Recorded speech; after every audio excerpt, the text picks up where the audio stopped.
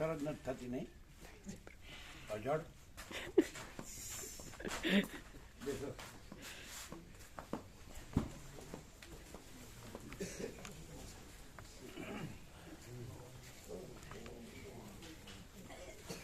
અજળ એટલે જળ નહીં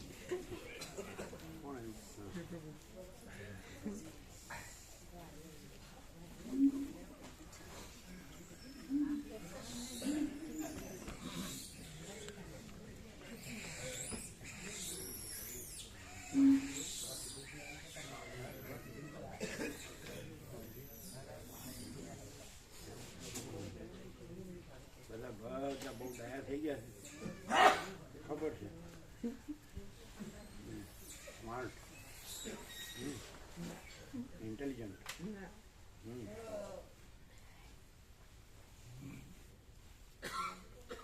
હોશિયાર ક્લેવર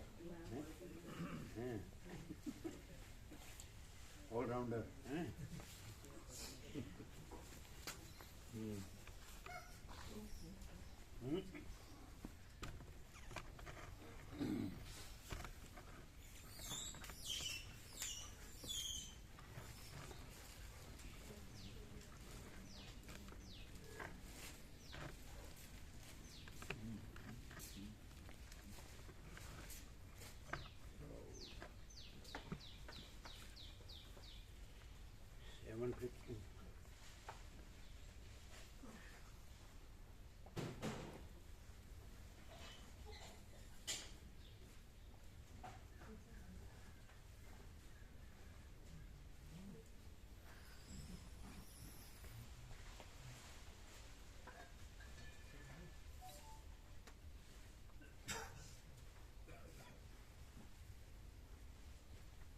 અમારે બાળપણમાં અજળ એટલે સમજે નહીં એવો અને વ્યાકરણની દ્રષ્ટિએ જળ નહીં એ તમે વ્યાકરણ વાળા છો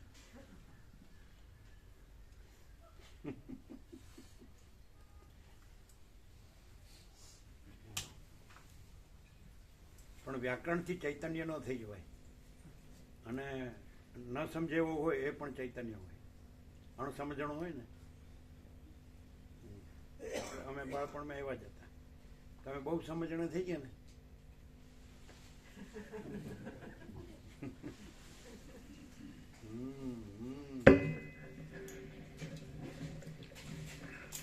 ઓમ પરમ ચિદાકાશ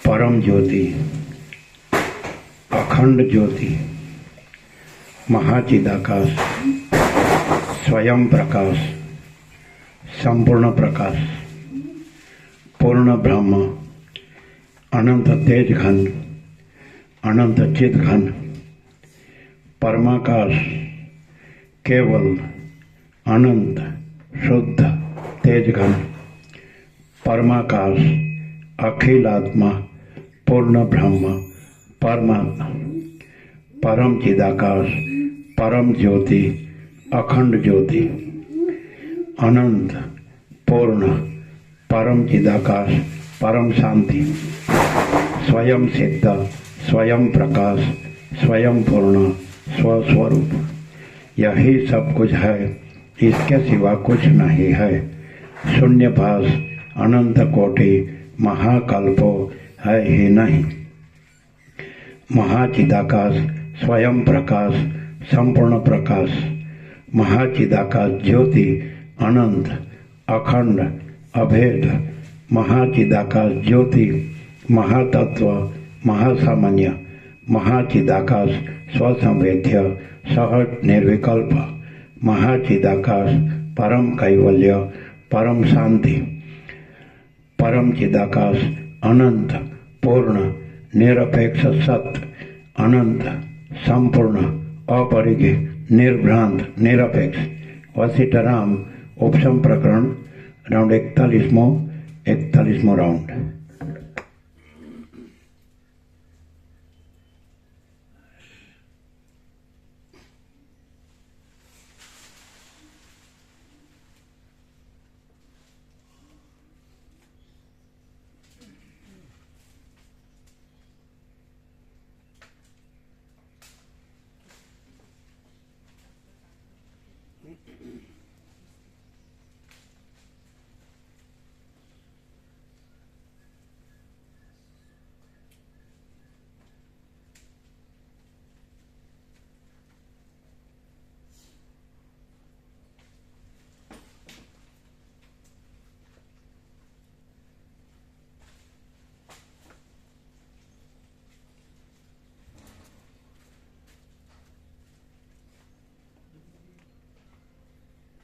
બધાને પત્રિકા આપો, પત્રિકા આપો. હા, બે પત્રિકા આપો, બે આપો બધાને. બાકી હોય આપો, જેટલી જોવે એટલી આપો. એ પેલી મહાશિવરાત્રી વાળી એમને 53 આપો દિનેશ પ્રભુને.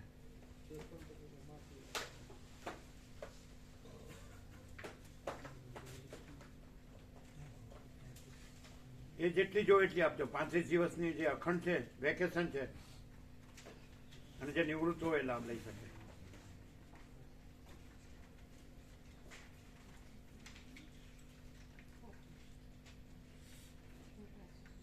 જેને જેટલી જોવે એટલી આપજો છૂટથી. એ એટલે 35 દિવસ વાળી જેટલી જોવે એટલી લેજો. ફૂલ છે, કેટલી લેવી છે? બસ ચાલશે. પછી લઈ લેવાની. ફૂલ છે, વધારે લેવી તો લઈ લો અત્યારે.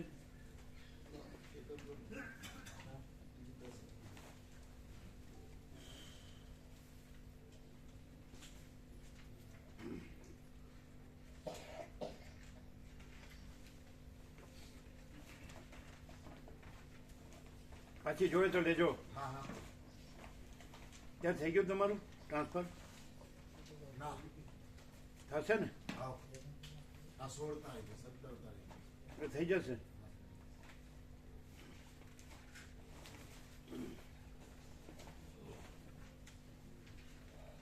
એટલે એકદમ નજીક પડે ને? સારી છે સંસ્થા, સારી છે.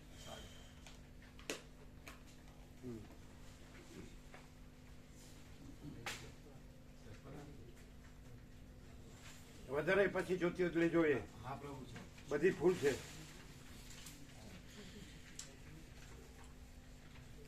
આપો બધાને, જેને જેટલી જોઈએ એટલી આપો. બળદેવ પ્રભુ વધારે આપજો.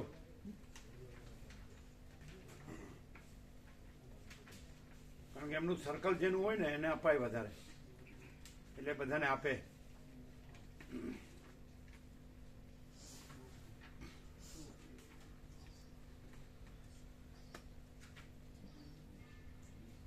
વસ્ત્રાલ વાળા બધાને મળી?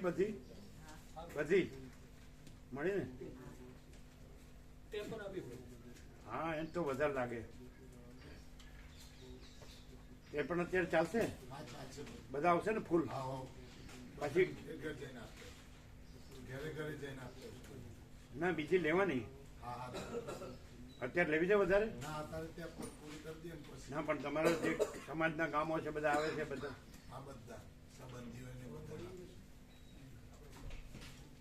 લેજો, નવા આવ્યા હોય લેજો.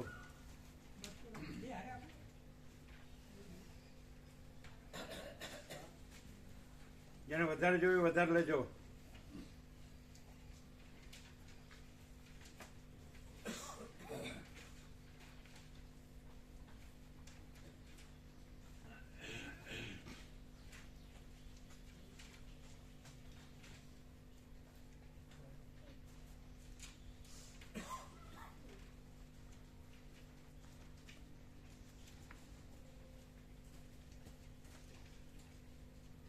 અપાઈ ગઈ બધાને? હા, ચાલો. આદ્ય પરબ્રહ્મ સદગુરુ દેવ કી જય. ઓમ શ્રી પરમાત્મને નમઃ. સદગ્રંથોમાં શિરોમણી શ્રી યોગ વાસિષ્ઠ મહારામાયણ ઉપશમ પ્રકરણ સર્ગ 83મો, પેજ નંબર 769. Page number 769, સર્ગ 83મો. ચિત્ત અને ઇન્દ્રિયો હોવાથી થતા દોષો તથા ન હોવાથી થતા સુખો. આ 83મા સર્ગમાં ચિત્તની તથા ઇન્દ્રિયોની સત્તાથી સઘળા દોષો તથા અનર્થો થાય છે અને તેઓની ખટપટ ન હોવાથી સઘળા ગુણોની તથા સુખોની પ્રાપ્તિ થાય છે એમ કહેવામાં આવશે. આ 83મા સર્ગમાં ચિત્તની તથા ઇન્દ્રિયોની સત્તાથી સઘળા દોષો તથા અનર્થો થાય છે અને તેઓની ખટપટ ન હોવાથી સઘળા ગુણોની તથા સુખોની પ્રાપ્તિ થાય છે એમ કહેવામાં આવશે. વશિષ્ઠ બોલ્યા, હે રામ, એકાંતમાં બેઠેલા એ ધીર વિધહવ્ય મુનિએ શુદ્ધ ધારણાવાળી બુદ્ધિથી ફરીવાર પણ પોતાની ઇન્દ્રિયોના સમૂહને નીચે પ્રમાણે સમજાવ્યો. એ મુનિએ પોતાની ઇન્દ્રિયોને એકાંતમાં જે સમજણ આપી હતી તે તમને સ્પષ્ટ રીતે કહું છું, તમે તે સાંભળો. તે સાંભળીને અને તેવી જ ભાવનાને પ્રાપ્ત થઈને તમે બિલકુલ દુઃખ રહિત થાઓ.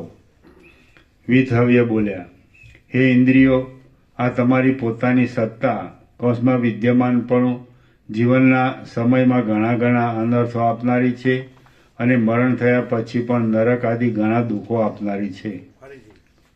વિધહવ્ય બોલ્યા, હે ઇન્દ્રિયો, આ તમારી પોતાની સત્તા વિદ્યમાનપણું જીવનના સમયમાં ઘણા ઘણા અનર્થો આપનારી છે અને મરણ થયા પછી પણ નરક આદિ ઘણા દુઃખો આપનારી છે. એટલા માટે તમે ઉપર કહ્યા પ્રમાણે તમારી ખોટી સત્તાને ત્યજી દો. હું સ્પષ્ટ ધારું છું કે મારા ઉપદેશથી તમારી આ સત્તા નષ્ટ જ થઈ ગઈ, કેમ કે તમે અજ્ઞાનથી જ ઉત્પન્ન થયેલી છો. ઉપદેશથી અજ્ઞાન નષ્ટ થતાં તમને પાછી સત્તા મળવાની જ નથી. હે ચિત્ત, જેમ બાળકોની અગ્નિમાં ક્રીડા તે બાળકોના પડખાને બાળવા માટે થાય છે, તેમ તારી સત્તા તને દુઃખ આપવા માટે થાય છે. હે ચિત્ત, તું જોઈ લે કે તારા હોવાને લીધે જ ભ્રાંતિ પામેલા મૂર્ખ લોકોના રાગદ્વેષાદી કલ્લોલોની ભીડવાળા આ સંસારરૂપી નદીઓના સમૂહો કાળરૂપી સમુદ્રમાં પ્રવેશ કરે છે. હે ચિત્ત, તું જોઈ લે કે તારા હોવાને લીધે જ ભ્રાંતિ પામેલા મૂર્ખ લોકોના રાગદ્વેષાદી કલ્લોલોની ભીડવાળા આ સંસારરૂપી નદીઓના સમૂહો કાળરૂપી સમુદ્રમાં પ્રવેશ કરે છે. હે ચિત્ત, તું જોઈ લે કે તારા હોવાથી જ જેઓમાં પોતપોતાના અભિમાનને લીધે પરસ્પરના અનિષ્ટો કરવાના ચિંતવનો થાય છે, એવી દુઃખોની પરંપરા વરસાદની સતત ધારાઓની પેઠે ક્યાંયથી આવી પડે છે. હે ચિત્ત, તું જોઈ લે કે તારા હોવાને લીધે જ અંત વિનાની હૃદયને ઉખેડી નાખવામાં તત્પર થયેલી ક્રૂર અને ચીસો પડાવનારી વિપત્તિરૂપી વિસૂચિકા કોલેરા ઝડપ કર્યા કરે છે. હે ચિત્ત, તું જોઈ લે કે તારા હોવાને લીધે જ ઉધરસ તથા શ્વાસરૂપી ભ્રમરોના ગુંજારવવાળી અને ધોળા દેખાવવાળી જરા તથા મરણરૂપી મંજરી દેહરૂપી જૂના ઝાડમાં ખીલેલી છે. હે ચિત્ત, તું જોઈ લે કે તારા હોવાને લીધે જ મનોરથોરૂપી સર્પોથી ઘેરાયેલા અને જડતારૂપી ઘાટા ઝાકળવાળા લોલકોરૂપી છિદ્રોવાળા શરીરોરૂપી ખાડાની અંદર ચિંતારૂપી ચપળ ગરોળી ભમ્યા કરે છે. હે ચિત્ત, તું જોઈ લે કે તારા હોવાને લીધે જ અનેક ચાળાઓ કરી અવાજ કરતું લોભરૂપી પક્ષી પોતાની સુખ દુઃખાદી દ્વંદ્વરૂપી તીક્ષ્ણ ચાંચથી આ કાયારૂપી જૂના ઝાડમાંથી શાંતિ તથા ધર્મ આદિ ગુણોરૂપી ફળપુષ્પોના સમૂહને કાપી નાખે છે. હે ચિત્ત, તું જોઈ લે કે તારા હોવાને લીધે જ અનેક ચાળાઓ કરી અવાજ કરતું લોભરૂપી પક્ષી પોતાની સુખ દુઃખાદી દ્વંદ્વરૂપી તીક્ષ્ણ ચાંચથી આ કાયારૂપી જૂના ઝાડમાંથી શાંતિ તથા ધર્મ આદિ ગુણોરૂપી ફળપુષ્પના સમૂહને કાપી નાખે છે. હે ચિત્ત, તું જોઈ લે કે તારા હોવાને લીધે જ આ કઠોર, અપવિત્ર અને દુરાચારવાળો કામરૂપી કુકડો વાસનાઓરૂપી ઘણા કચરાવાળા મનરૂપી ઉકરડાને ચારે બાજુ ખોતર્યા કરે છે. હે ચિત્ત, તું જોઈ લે કે તારા હોવાને લીધે જ આ કઠોર, અપવિત્ર અને દુરાચારવાળો કામરૂપી કુકડો વાસનાઓરૂપી ઘણા કચરાવાળા મનરૂપી ઉકરડાને ચારે બાજુ ખોતર્યા કરે છે. હે ચિત્ત, તું જોઈ લે કે તારા હોવાને લીધે જ આ મોટી મોહરૂપી રાત્રિમાં અજ્ઞાનરૂપી ભયંકર ગુવડ જેમ સ્મશાનમાં વૈતાલ નાચે તેમ હૃદયરૂપી ઝાડમાં નાચે છે. હે ચિત્ત અને હે ઇન્દ્રિયો, તમારા હોવાથી જ જેમ રાત્રિમાં પિશાચણીઓ નાચે તેમ તેના જેવી બીજી અનેક આકૃતિઓ અજ્ઞાનને લીધે ભટક્યા કરે છે. હે ચિત્ત, તું જો તારી ખટપટને ત્યજી દે તો જેમ પ્રભાતમાં સૂર્યના પ્રકાશથી કમલિનીઓ સુંદર રીતે ખીલે છે, તેમ હૃદયમાં જ્ઞાનના પ્રકાશથી સઘળી શુભ સ્થિતિઓનો સારી રીતે વિકાસ થાય. હે ચિત્ત, તું જો તારી ખટપટને ત્યજી દે તો જેમ પ્રભાતમાં સૂર્યના પ્રકાશથી કમલિનીઓ સુંદર રીતે ખીલે છે, તેમ હૃદયમાં જ્ઞાનના પ્રકાશથી સઘળી શુભ સ્થિતિઓનો સારી રીતે વિકાસ થાય. હે ચિત્ત, તું જો તારી ખટપટને ત્યજી દે તો આ હૃદયરૂપી આકાશ મોહરૂપી ઝાકળથી તથા રજોગુણરૂપી ધૂળથી અત્યંત રહિત થઈને જ્ઞાનરૂપી સૂર્યના નિર્મળ પ્રકાશથી જોડાઈ શોભવા લાગે.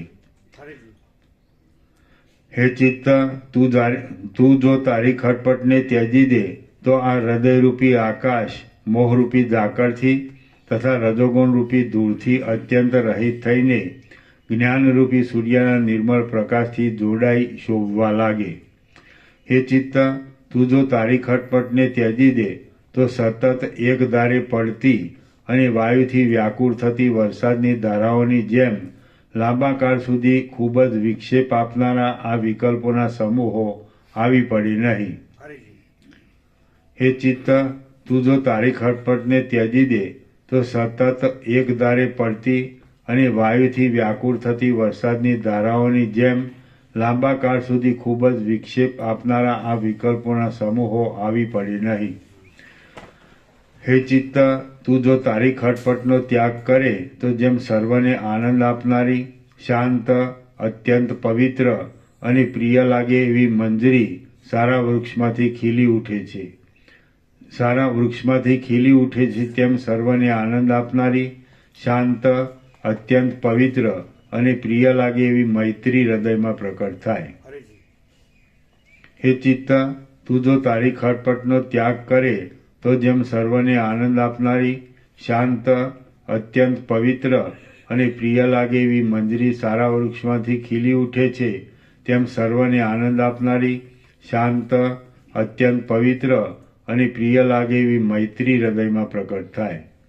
હે ચિત્ત, તું જો તારી ખટપટનો ત્યાગ કરે તો જેમ અંદર છિદ્રવાળી અને જ્યાં શીતળતા હોય ત્યાં જ પોતાની શોભાને ફેલાવનારી કમલીની હિમથી બળીને સુકાઈ જાય છે, તેમ અંદર પોલાણવાળી અને જ્યાં મૂર્ખતા હોય ત્યાં જ પોતાના ચમત્કારને દેખાડનારી ચિંતા વિવેકથી બળીને ભસ્મ થઈ જાય.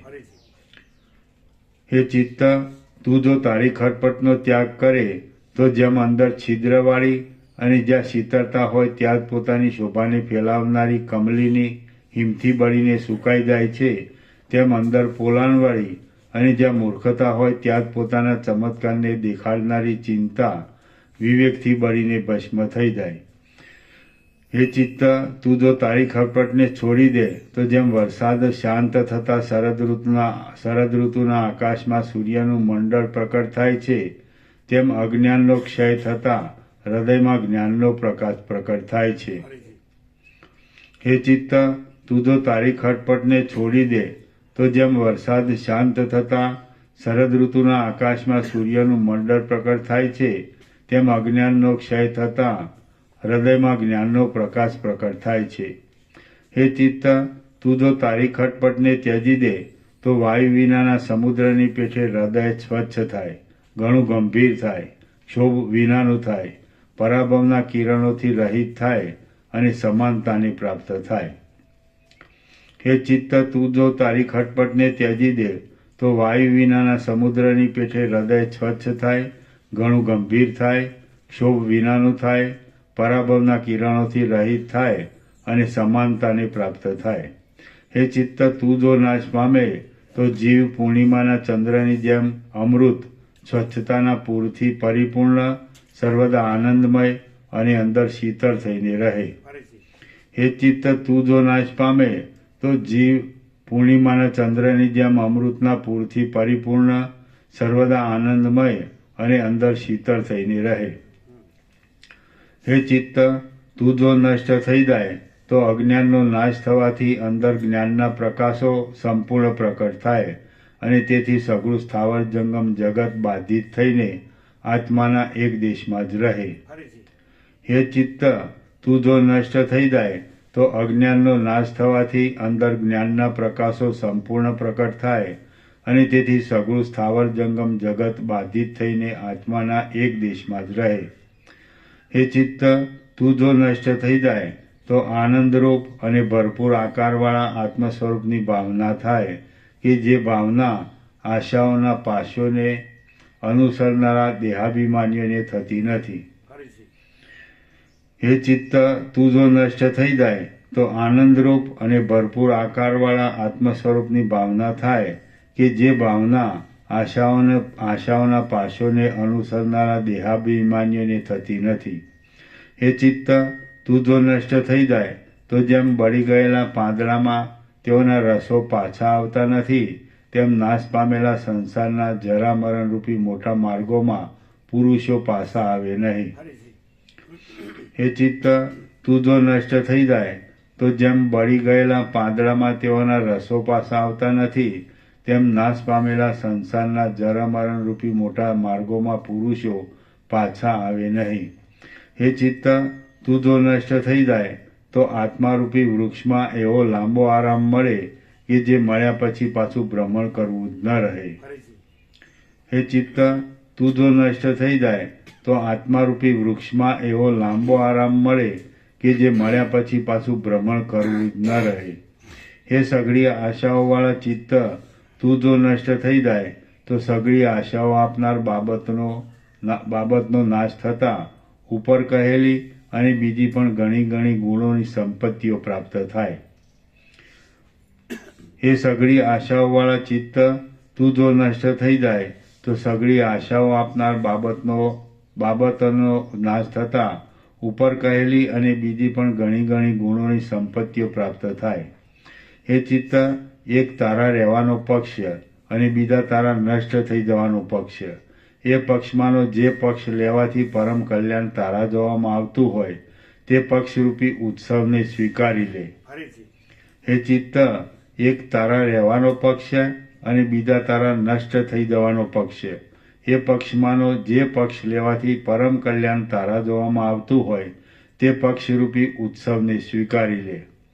હે માન ધરાવનારાઓમાં ઉત્તમ ચિત્ત, હું ધારું છું કે તને નષ્ટ થઈને આત્મારૂપે રહેવામાં જ સુખ છે, માટે તે સુખ લેવા માટે દ્વૈતથી રહિત આત્મ સ્વરૂપની તું ભાવના કર. હે માન ધરાવનારાઓમાં ઉત્તમ ચિત્ત, હું ધારું છું કે તને નષ્ટ થઈને આત્મારૂપે રહેવામાં જ સુખ છે, માટે તે સુખ લેવા માટે દ્વૈતથી રહિત આત્મ સ્વરૂપની તું ભાવના કર. પ્રાપ્ત થઈ શકે એવા સુખનો ત્યાગ કરવો એ મૂઢપણું જ કહેવાય. પ્રાપ્ત થઈ શકે એવા સુખનો ત્યાગ કરવો એ મૂઢપણું જ કહેવાય. જો આત્માના પ્રતિબિંબવાળું તારું સ્વરૂપ કે જેથી તું જીવે છે તે જો સાચું હોય તો તને નષ્ટ કરી નાખવા કોણ ઈચ્છે? પરંતુ હું સાચે સાચું કહું છું કે એ આત્માના પ્રતિબિંબવાળું તારું સ્વરૂપ મુદ્દલ છે જ નહીં. જો આત્માના પ્રતિબિંબવાળું તારું સ્વરૂપ કે જેથી તું જીવે છે તે જો સાચું હોય તો તને નષ્ટ કરી નાખવા કોણ ઈચ્છે? પરંતુ હું સાચે સાચું કહું છું કે એ આત્માના પ્રતિબિંબવાળું તારું સ્વરૂપ મુદ્દલ છે જ નહીં. તું મુદ્દલ છે જ નહીં એટલા માટે હું જીવું છું એવા ખોટા વિશ્વાસથી તું સુખ માની લે નહીં. એટલા માટે તું મુદ્દલ છે જ નહીં એટલા માટે હું જીવું છું એવા ખોટા વિશ્વાસથી તું સુખ માની લે નહીં. તું પ્રથમ પણ ન હતું અને હમણાં પણ નથી. તું પ્રથમ પણ ન હતું અને હમણાં પણ નથી. જ્યાં સુધી ભ્રાંતિ હતી ત્યાં સુધી તારી સ્થિતિ હતી, પણ હમણાં વિચાર કરવાથી ભ્રાંતિનો સદંતર નાશ થવાથી હવે તારી સત્તા છે જ નહીં. જ્યાં સુધી ભ્રાંતિ હતી ત્યાં સુધી તારી સ્થિતિ હતી, પણ હમણાં વિચાર કરવાથી ભ્રાંતિનો સદંતર નાશ થવાથી હવે તારી સત્તા છે જ નહીં. હે ચિત્ત, જ્યાં સુધી યથાર્થ વિચાર ન કરવામાં આવે ત્યાં સુધી તું તારા રૂપથી રહી શકે છે, પણ યથાર્થ વિચાર કરવામાં આવે કે તુરત જ તું વિક્ષેપોથી રહિત થઈને બ્રહ્મરૂપ થઈ જાય છે. હે ચિત્ત, જ્યાં સુધી યથાર્થ વિચાર ન કરવામાં આવે ત્યાં સુધી તું તારા રૂપથી રહી શકે છે, પણ યથાર્થ વિચાર કરવામાં આવે કે તુરત જ તું વિક્ષેપોથી રહિત થઈને બ્રહ્મરૂપ થઈ જાય છે. જેમ પ્રકાશના અભાવથી અંધારું થાય છે, તેમ વિચારના અભાવથી તું થયું છે. અને જેમ પ્રકાશથી અંધારું નષ્ટ થઈ જાય છે, તેમ તું વિચારથી નષ્ટ થઈ જાય છે.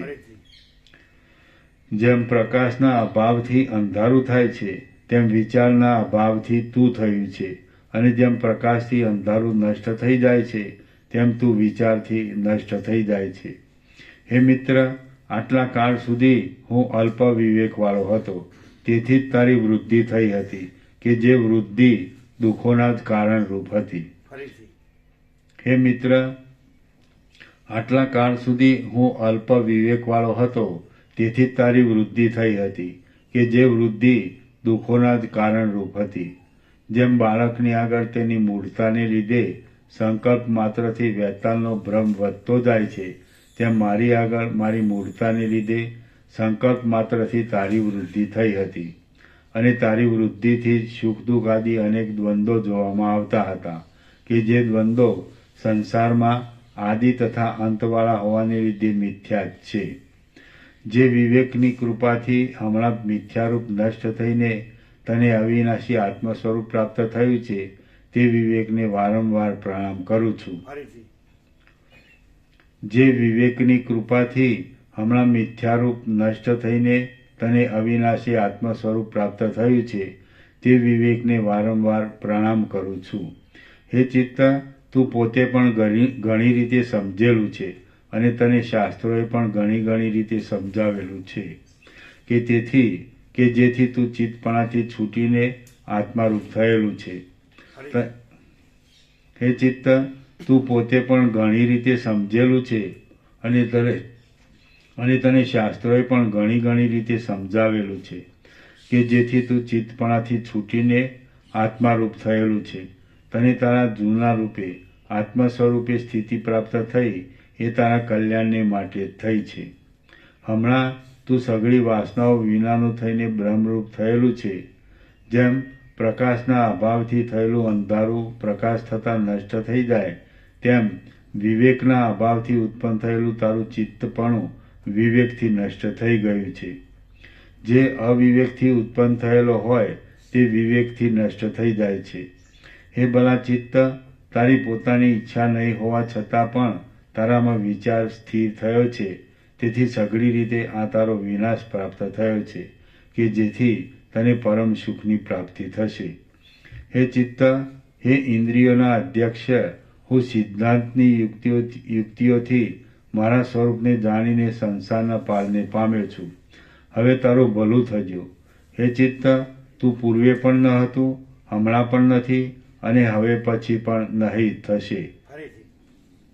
હે ચિત્ત, તું પૂર્વે પણ ન હતું, હમણાં પણ નથી, અને હવે પછી પણ નહીં જ થશે. તારું ભલું થજો. હું તને છોડી જ દઉં છું. મારા સઘળા સંતાપો ટળી ગયા છે. હું શાંત થયો છું, અને પરમ સુખ પામ્યો છું. એ બહુ સારું થયું. હું સાક્ષી રૂપે રહ્યો છું, માટે પોતાના સ્વરૂપમાં જ રહ્યો છું. ઉપર કહેલા કારણોને લીધે હવે સંસારમાં ચિત્તની સ્થિતિ જ રહી નથી. ચિત્ત મુદ્દલ છે જ નહીં, આત્મા તો છે અને છે. ચિત્ત મુદ્દલ છે જ નહીં, અને આત્મા તો છે અને છે. ચિત્ત મુદ્દલ છે જ નહીં, અને આત્મા તો છે અને છે, કે જે આત્માથી જુદું બીજું કાંઈ છે જ નહીં. કે જે આત્માથી જુદું બીજું કાંઈ છે જ નહીં. એ આત્મા હું જ છું, અને મારા વિના બીજું કાંઈ છે જ નહીં. એ આત્મા હું જ છું, અને મારા વિના બીજું કાંઈ છે જ નહીં. હું સ્વયં પ્રકાશ ચૈતન્ય રૂપ છું, બોધરૂપ છું, અને સર્વત્ર સર્વદા રહેલો છું. હું સ્વયં પ્રકાશ ચૈતન્ય રૂપ છું, બોધરૂપ છું, અને સર્વત્ર સર્વદા રહેલો છું. શુદ્ધ ચૈતન્યમાં આ આત્મા છે એવી કલ્પના પણ દુર્લભ છે. ત્યારે અનાત્મા પદાર્થોની કલ્પના તો ન જ હોય તેમાં કહેવું શું? શુદ્ધ ચૈતન્યમાં આ આત્મા છે એવી કલ્પના પણ દુર્લભ છે, ત્યારે અનાત્મ પદાર્થોની કલ્પના તો ન જ હોય તેમાં કહેવું શું? અખંડ તત્વમાં બીજા પદાર્થની કલ્પના ક્યાંથી જ હોય? અખંડ તત્વમાં બીજા પદાર્થની કલ્પના ક્યાંથી જ હોય? માટે હું હવે એ આત્મા હું છું એમ પણ નહીં બોલતા ચૂપ થઈને જેમ તરંગ જળમાં જ રહે છે તેમ મારા સ્વરૂપમાં જ રહું છું. હું મારા હૃદયમાં મારું સ્વરૂપ જ કે જે વિષયોથી રહિત છે, વાસનાઓથી રહિત છે, ચિદાભાસ જીવપણાથી પણ રહિત છે, પ્રાણના સંચાર વિનાનું છે, ભેદના લેશરૂપ દોષથી રહિત છે અને જગતનો બાદ થતાં અનુભવ રૂપે અવશેષ રહેલું છે, તેને પ્રાપ્ત થઈને શાંત થયો છું. હું મનની ચેષ્ટાને તથા વાણીના વ્યાપારને છોડી દઉં છું. શ્રી યોગવાસિત મહારામાયણમાં ઉપશમ પ્રકરણનો ચિત્ત સત્તા વિચાર યોગોપદેશ નામનો સર્ગ 83મો સમાપ્ત. સર્ગ 84મો વિથહવ્ય મુનિની સમાધિ. આ 84મા સર્ગમાં વિથહવ્ય મુનિની સમાધિનું, કાદવથી બનેલી ધરતીની અંદર તેમના રહેવાનું અને તેમના હૃદયમાં વિદ્યાદર્પણા આદિનો પ્રતિભાસ થવાનું વર્ણન કરવામાં આવશે. વશિષ્ઠ બોલ્યા, હે રામ, એ પ્રમાણે નિર્ણય કરીને વાસનાઓથી રહિત થયેલા એ વિથહવ્ય મુનિ વિંધ્યાચલની ગુફાની અંદર સમાધિમાં સ્થિર થયા. ગતિથી રહિત, પૂર્ણ તથા સ્વયંપ્રકાશ અનુભવરૂપ આનંદથી શોભતા અને જેનું મન અસ્ત પામી ગયું હતું એવા એ મુનિ પવન વિનાના સમયે નિશ્ચર થયેલા સમુદ્ર જેવા ગંભીર જણાવા લાગ્યા.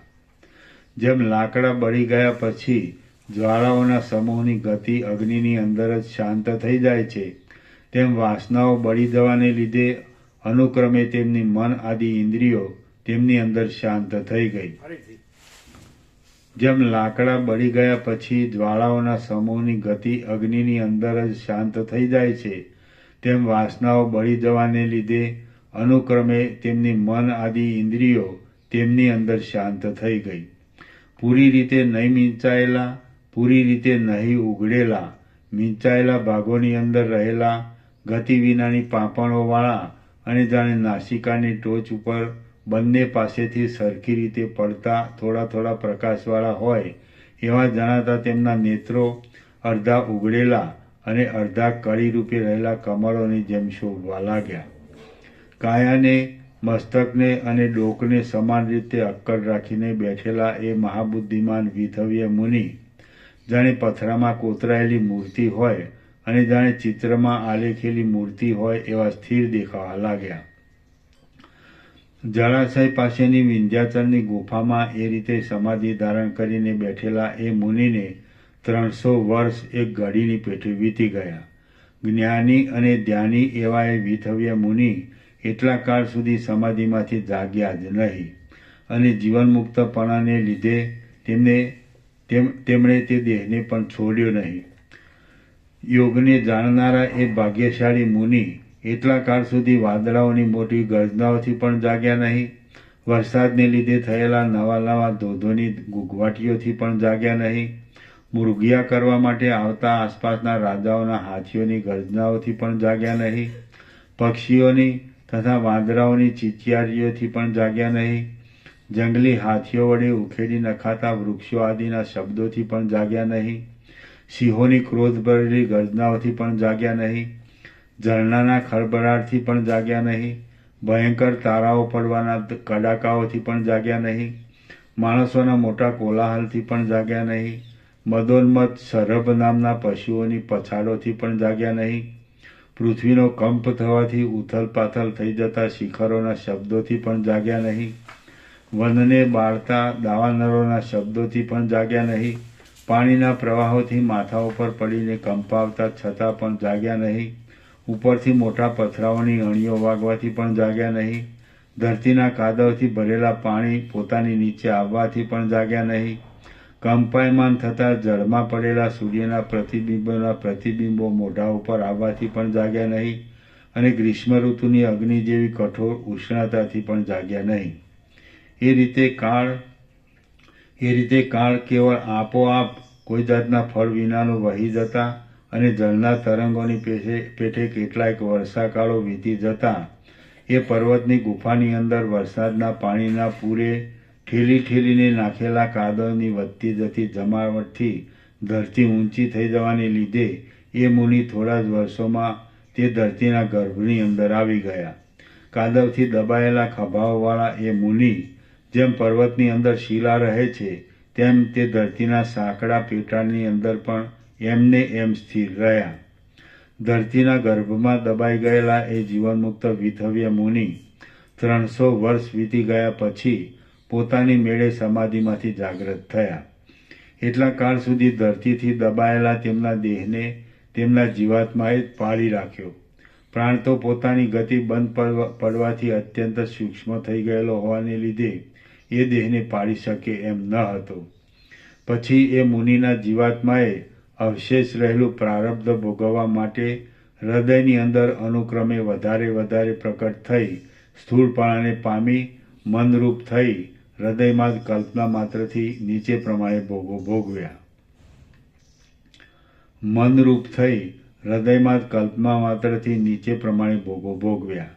કૈલાસ પર્વતના સુંદર વનમાં કદમના ઝાડની નીચે 100 વર્ષ સુધી જીવનમુક્તપણાથી મુનિપણાની નિર્મળ પદવી ભોગવી.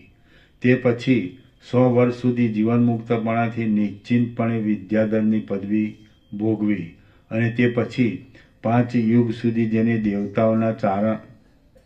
દેવતાઓ તથા ચારણો પ્રણામ કરે છે એવી ઇન્દ્રની પદવી ભોગવી. રામ બોલ્યા, હે મહારાજ, કૈલાસ પર્વત ઉત્તર દેશમાં જ આવેલો છે અને ઇન્દ્રની પદવી તથા વિદ્યાધરની પદવી સ્વર્ગમાં જ મળે છે. એમ દેશ પણ નિયમિત છે અને વર્ષ આટલા મહિનાથી થાય તથા યુગ આટલા વર્ષોથી જ થાય એમ કાળ પર નિયમિત છે. તે છતાં વિથવ્ય મુનિને પોતાના હૃદયમાં જ અને અલ્પકાળમાં જ તે દેશનો અને તે કાળનો અનુભવ થયો તો એ દેશનો તથા કાળનો નિયમ કેમ બદલાઈ ગયો? વશિષ્ઠ બોલ્યા, હે રામ, સર્વ રૂપ અને સઘળી શક્તિઓવાળું ચૈતન્ય જ્યાં જે પ્રકારે ઉદય પામે કૌંસમાં સંકલ્પ કરે ત્યાં તે પ્રકારે તુરત થઈ જાય છે. વશિષ્ઠ બોલ્યા, હે રામ, સર્વ રૂપ અને સઘળી શક્તિઓવાળું ચૈતન્ય જ્યાં જે પ્રકારે ઉદય પામે સંકલ્પ કરે ત્યાં તે પ્રકારે તુરત થઈ જાય છે. કારણ કે અનુભવ કરનારા ચૈતન્યનો એવો સ્વભાવ છે. જ્યાં જ્યારે દ્રઢ સંસ્કારને લીધે જેવો સંકલ્પ થાય ત્યાં ત્યારે તેવો જ નિયમ ગોઠવાઈ જાય છે.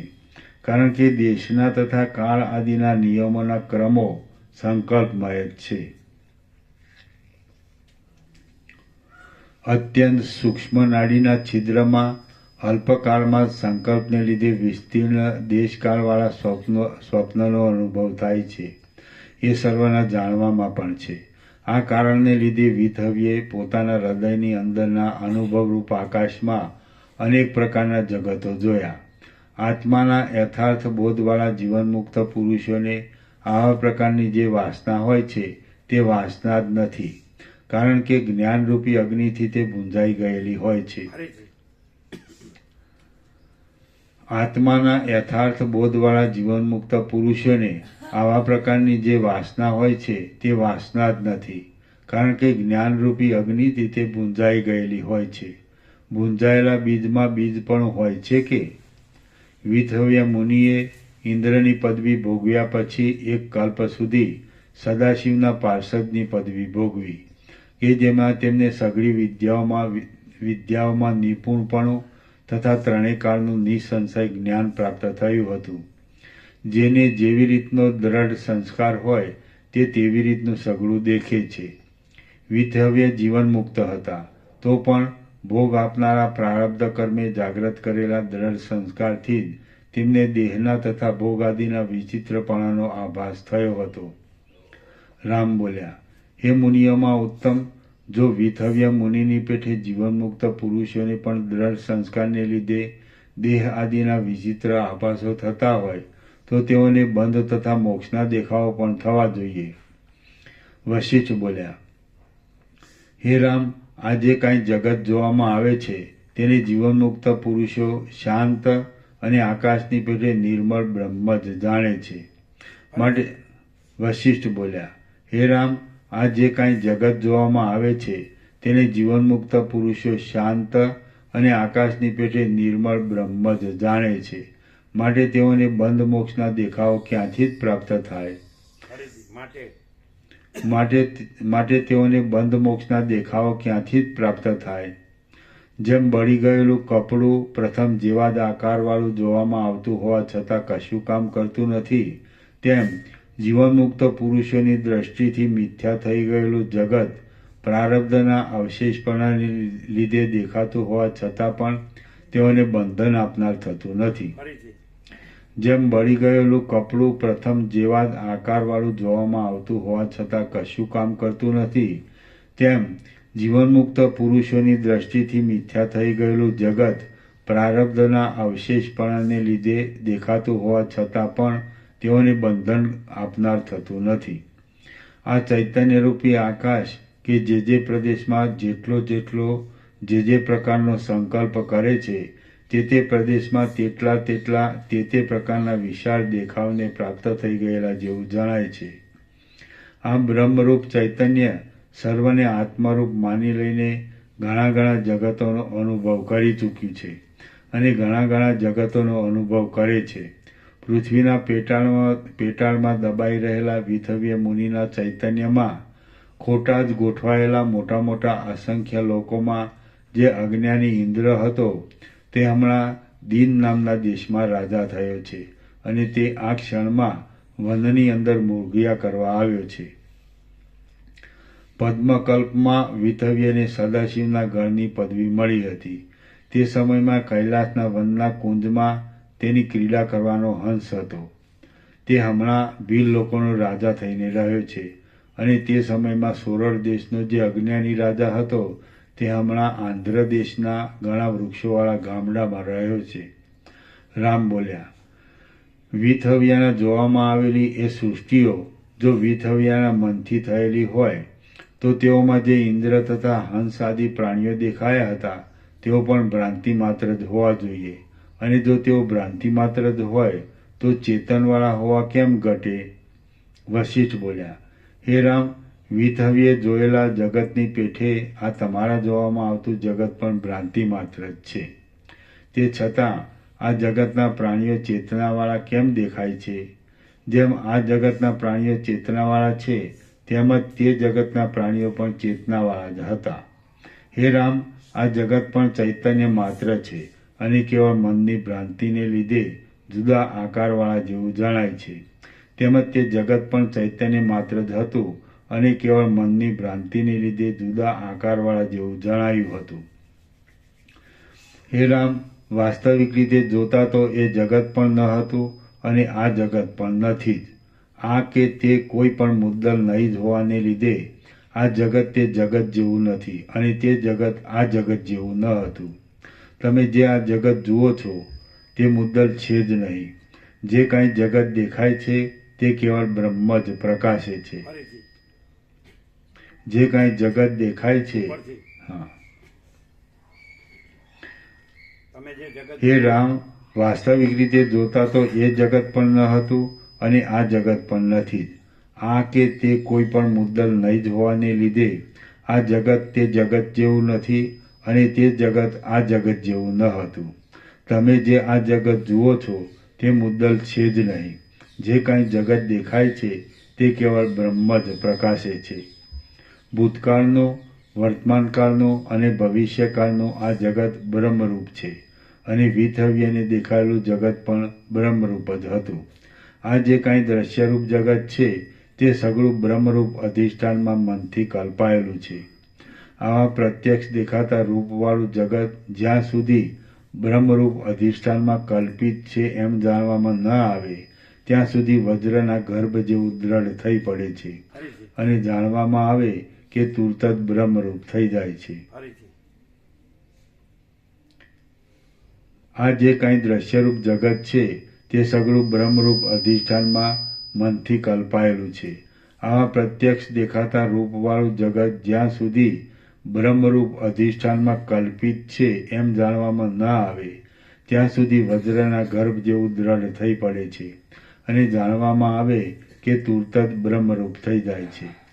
જેમ સમુદ્રમાં જળજ તરંગ આદિ અનેક રૂપોને દેખાડે છે, તેમ બ્રહ્મમાં અજ્ઞાનથી થયેલું મન જ આ રીતે ઉત્પત્તિ તથા વૃદ્ધિ આદિ વિકારોવાળા અનેક પદાર્થોને દેખાડે છે. પરબ્રહ્મ કાંઈ પણ વિકાર નહીં પામતા માયાથી ચિત્તરૂપ થાય છે.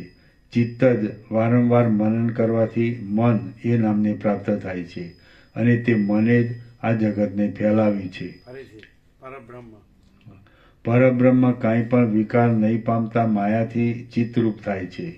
ચિત્ત જ વારંવાર મનન કરવાથી મન એ નામને પ્રાપ્ત થાય છે, અને તે મને જ આ જગતને ફેલાવ્યું છે. હે રામ, આ દ્રશ્ય જગત એ રીતે થયું છે, અને વાસ્તવિક જોતા તો કાંઈ પણ થયું જ નથી. શ્રી યોગ વાસિષ્ઠ મહારામાયણમાં ઉપશમ પ્રકરણનો વિતહવ્ય મનો જગદ વર્ણન નામનો સર્ગ 84મો સમાપ્ત. સર્ગ 85મો. વિતહવ્ય મુનિ જીવનમુક્ત સ્થિતિમાં રહ્યા. આ 85મા સર્ગમાં વિતહવ્ય પિંગલના દેહમાં પ્રવેશ કરીને કાદવમાં પડેલા દેહને બહાર કઢાવ્યો. પછી એ મુનિ જીવનમુક્ત સ્થિતિમાં રહ્યા, અને વળી તેમણે સમાધિ કરી એ કથા કહેવામાં આવશે. રામ બોલ્યા, હે મહારાજ, પછી વિતહવ્ય મુનિએ પૃથ્વીના ગર્ભમાં રહેલા પોતાના દેહને તેમાંથી બહાર કાઢ્યો કે નહીં? કાઢ્યો તો શી રીતે કાઢ્યો? અને કાઢ્યા પછી એ મુનિ શી રીતે વિચર્યા અને શી રીતે વિદેહ મુક્તિ પામ્યા? વશિષ્ઠ બોલ્યા, હે રામ, વિતહવ્ય પોતાને બ્રહ્મરૂપ સમજવાને લીધે જે કાંઈ ઇન્દ્રપણું આદિ દેખાયું હોય તેને પોતાના આત્માના ચમત્કાર રૂપ સમજ્યા. પોતે સદાશિવના ગણની પદવી પામ્યા હતા, ત્યારે એક દિવસે પોતાના આત્મા તત્વનું સ્મરણ કરવાના સમયમાં તેમને પોતાની મેળે જ પોતાના સઘળા પૂર્વજન્મનું અવલોકન કરવાની ઈચ્છા થઈ. એ ઈચ્છા થતાં તેમણે પોતાના જેટલા દેહો નષ્ટ થઈ ગયા હતા તેઓને પણ દીઠા, અને જેટલા દેહો નષ્ટ થયા ન હતા તેઓને પણ દીઠા. નષ્ટ નહીં થયેલા દેહોમાંના એક વિતહવ્ય નામના દેહને વિંધ્યાચલની ગુફામાં ધરતીના ગર્ભની અંદર રહેલો જોયો, કે જે દેહ કાદવના સમૂહમાં કીડા જેવો દેખાતો હતો. કાદવના ભારથી દબાઈ ગયેલો, વરસાદના પાણીના પ્રવાહે પોતાના બળથી ઊંધો નાખી દીધેલો હતો. પીઠ ઉપર કાદવના જથ્થાવાળો હતો, અને જેના સર્વ અવયવ ઉપર ચડી ગયેલી માટીમાં ખડના ઝાડા ઉગી ગયા હતા. એવા એ દેહને જોઈ આપોઆપ જ એ દેહને કાદવના જથ્થામાંથી બહાર કાઢવાનો એમને વિચાર થયો. પરંતુ એ દેહ ધરતીના ગર્ભમાં અત્યંત દબાઈ ગયેલો જોવામાં આવતા એ મહાતેજસ્વી મુનિએ ઉત્તમ સમજણવાળી પોતાની બુદ્ધિથી ફરીવાર વિચાર કર્યો કે આ મારા દેહના સઘળા અંગો દબાઈ ગયા છે, અને પ્રાણવાયુનો સંચાર પણ બંધ પડી ગયો છે. તેથી આ દેહ હાલી ચાલી શકે એમ નથી, અને કાંઈ પણ કરી શકે એમ નથી. માટે હું તુરત સૂર્યના શરીરમાં પ્રવેશ કરું, કે જેથી સૂર્યનો પિંગલ નામનો પાર્ષદ સૂર્યની આજ્ઞાથી મારા આ દેહને કાઢી આપશે. અથવા મારે આ દેહનું શું પ્રયોજન છે? હું તો શાંતિ જ રાખું અને નિર્વિઘ્ન રીતે પરમ નિર્વાણ રૂપ વિદેહ મુક્ત પોતાના પદને પામું. દેહથી લીલા કરવાનું મારે કશું પ્રયોજન નથી. હે રામ, વિતહવ્ય મનથી એ પ્રમાણે વિચાર કરીને અને જરાવાર ચૂપ રહીને ફરી વિચાર કર્યો કે મારે દેહનો ત્યાગ કરવાની પણ જરૂર નથી, અને ગ્રહણ કરવાની પણ જરૂર નથી. મારે તો દેહનો ત્યાગ પણ સરખો છે, અને દેહનું ગ્રહણ પણ સરખું છે. માટે હવે આ દેહ જીવતો છે, અને માટી ભેગો માટી થઈ ગયો નથી, તે પહેલાં એ દેહમાં રહીને હું કાંઈક વિહાર કરું. હું સૂર્યના પાર્ષદ પિંગલના હાથથી મારા દેહને ધરતીના ગર્ભમાંથી કાઢવા માટે જેમ પ્રતિબિંબ અરીસામાં પ્રવેશ કરે છે, તેમ આકાશમાં રહેલા સૂર્યના શરીરમાં પ્રવેશ કરું. હે રામ, વિતહવ્ય મુનિએ એ પ્રમાણે વિચાર કરી સૂક્ષ્મ લિંગ શરીરરૂપ થઈને જેમ વાયુ ધમણના છિદ્રમાં પ્રવેશ કરે છે, તેમ સૂર્યના શરીરમાં પ્રવેશ કર્યો. મોટી બુદ્ધિવાળા સૂર્યનારાયણ પણ વિતહવ્ય મુનિને પોતાના હૃદયમાં આવેલા જોઈને તેમના કાર્યનો તથા તેમનું આગળ પાછળ શું થયું છે તેનો વિચાર કરવા લાગ્યા. ત્યાં વિંધ્યાચલની ગુફામાં ધરતીના ગર્ભની અંદર રહેલું ખડના જાળાથી ઢંકાઈ ગયેલું અને સબ જેવું એ મુનિનું શરીર તેમના જોવામાં આવ્યું. આકાશની મધ્યમાં રહેલા સૂર્યનારાયણે એ મુનિની ધારણા જાણી લઈને પૃથ્વીમાંથી તેના શરીરને કાઢવા સારું પિંગલ નામના પોતાના પાર્ષદને આજ્ઞા કરી. વિથવ્ય મુનિનો જીવાત્મા કે જે લિંગ શરીર રૂપે સૂર્યના શરીરમાં બેઠો હતો તેણે તરત ચિત્ત વડે સૂર્યનારાયણને પ્રણામ કર્યા. પછી સૂર્યનારાયણે માનપૂર્વક આજ્ઞા આપવાથી એ જીવાત્માએ વિંધ્યાચળની ગુફામાં જવાને તૈયાર થયેલા પિંગલના શરીરમાં પ્રવેશ કર્યો. એ પિંગલને આકાશને ત્યજી દઈ કુંજોથી તથા હાથીઓથી રમણીય લાગતા અને મદોલમત વાદળાવાળા આકાશ જેવા શોભતા વિંધ્યાચળના વનમાં આવ્યા. પછી તેમણે જેમ સારસ પક્ષી નખો વડે કાદવને ખોદીને તેમાંથી કમળના કંદને કાઢી લે છે તેમ નખો વડે ધરતીને ખોદી તેના ગર્ભમાંથી વિથવ્યના શરીરને બહાર કાઢ્યું. પછી જેમ પક્ષી આકાશને છોડીને પોતાના માળામાં પ્રવેશ કરે છે તેમ વિથવ્યના લિંગ શરીરે પિંગલના શરીરને છોડી દઈને પોતાના સ્થૂળ શરીરમાં પ્રવેશ કર્યો. પિંગલ અને શરીરને પ્રાપ્ત થયેલા વિથવ્ય મુનિ તેઓ પરસ્પરને પ્રણામ કરીને પોતપોતાના કાર્યો કરવામાં તત્પર થયા. પિંગલ તારાઓવાળા તથા સૂર્યના કિરણોના ફેલાવાથી વસ્ત્ર જેવા લાગતા નિર્મળ આકાશમાં ગયો અને વિથવ્ય મુનિ કુમુદોવાળા તથા સૂર્યના કિરણોના ફેલાવાથી વસ્ત્ર જેવા લાગતા નિર્મળ તળાવમાં ગયા. જેમ હાથીનું બચ્ચું ખાડના કાદવમાં લીલા કરી તળાવમાં નાય છે તેમ વિથવ્ય મુનિ સ્નાન પહેલાંની ક્રિયાઓ કરીને તુરત એ ખીલેલા કમળોવાળા તળાવમાં નાહ્યા. તળાવમાં સ્નાન કરી જપ કરી અને સૂર્યનું પૂજન કરીને મનન આદિ વ્યવહારોવાળા શરીરથી એ વિથવ્ય મુનિ આગળની પેઠે શોભવા લાગ્યા. મૈત્રીવાળા, સમતાવાળા, ઉત્તમ શાંતિવાળા, ઉત્તમ બુદ્ધિવાળા, કોઈનું સારું થયેલું જોઈ પ્રસન્ન થનારી વૃત્તિવાળા, દયાવાળા, શ્રેષ્ઠ શોભાવાળા અને સંગોથી રહિત થયેલા ચિત્તવાળા એ વિથવ્ય મુનિએ તે દિવસે તો સમાધિ ધારણ કર્યા વિના નદીના કિનારામાં વિહાર કર્યો.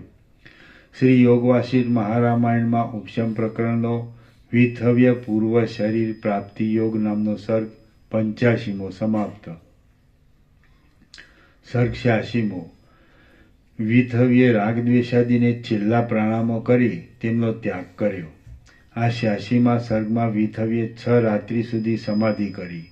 તે પછી લાંબા કાળ સુધી જીવનમુક્તપણાથી સ્થિતિ રાખી અને તે પછી વિદેહ મુક્તિ પામવા સારું રાગદ્વેષાદીને પ્રણામ કરીને સમાધિ ધારણ કરી એટલી કથા કહેવામાં આવશે.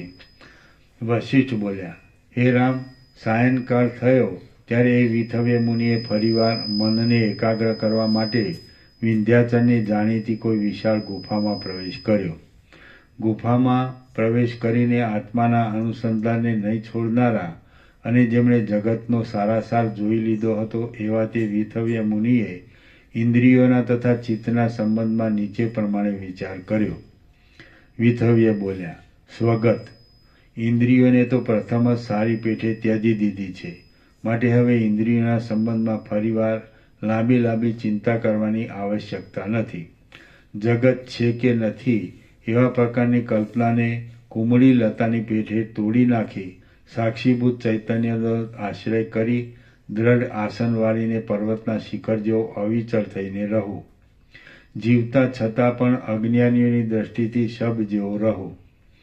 અજ્ઞાનીઓની દ્રષ્ટિથી શબ જેવો રહેતા છતાં પણ આત્માના અનુસંધાનમાં ઉદ્યોગી રહો. સમતાવાળો થઈને રહો. સ્વચ્છપણું પામીને રહો.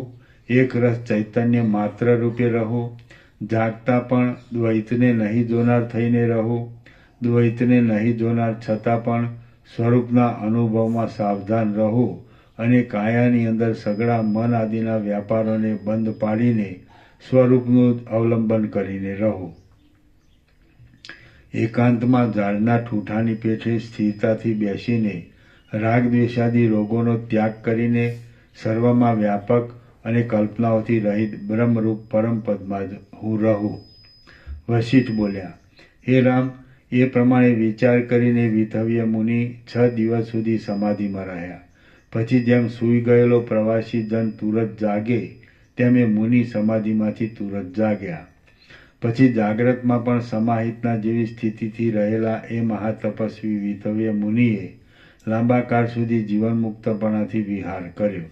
એમણે કોઈ વસ્તુમાં કદી પણ ગુણ દ્રષ્ટિ કરી નહીં, દોષ દ્રષ્ટિ પણ કરી નહીં, કોઈથી ઉદ્વેગ પણ ધર્યો નહીં અને કોઈથી હર્ષ પણ ધર્યો નહીં. હે રામ, એ વિતવ્ય મુનિ બેસતા, ઊભા રહેતા અને ચાલતા પણ પોતાના ચિત્તને વિનોદ આપવા માટે હૃદયમાં પોતાના મનથી નીચે પ્રમાણે વાતો કર્યા કરતા હતા. વિતવ્ય બોલ્યા, સ્વગત, હે ઇન્દ્રિયોના અધ્યક્ષ મન, તે વૈરાગ્ય રાખવાથી સર્વ જગતને આનંદ આપનારું કેવું સુખ મેળવ્યું છે તે જો. હે ગતિ કરનારાઓમાં ઉત્તમ મન, આવું સુખ તને વૈરાગ્યથી જ મળ્યું છે, માટે તારે એ વૈરાગ્યની દશાને ધારણ કરી રાખવી અને ચપળતાને છોડી દેવી. હે ઇન્દ્રિયરૂપી ચોરો, હે અભાગી નામવાળી દુષ્ટ આશાઓ, આ આત્મા તમારો નથી અને તમે આત્માના નથી. તમે નષ્ટ થઈ જાઓ. તમારી આશાઓને મેં નિષ્ફળ કરી નાખી છે. ક્ષણભંગુર વિષયોમાં લાગનારા તમે મને દબાવવા સમર્થ નથી. અમે આત્મા છીએ એવી જે તમને વાસના હતી તે વાસના રજ્જુમાં દેખાયેલા સર્પની પેટે તત્વને ભૂલી દેવાથી થઈ હતી. અનાત્મામાં આત્માની ભાવના અને આત્મામાં અનાત્માની ભાવના અવિચારથી થઈ હતી, માટે વિચારથી ક્ષય પામી ગઈ. હે ઇન્દ્રિયો તથા મન, વિવેકથી જોતા આ વ્યવહારરૂપી ખટપટ ઊભી કરવાનો કોઈને માથે દોષ મૂકી શકાય એમ નથી. કેમ કે તમે કેવળ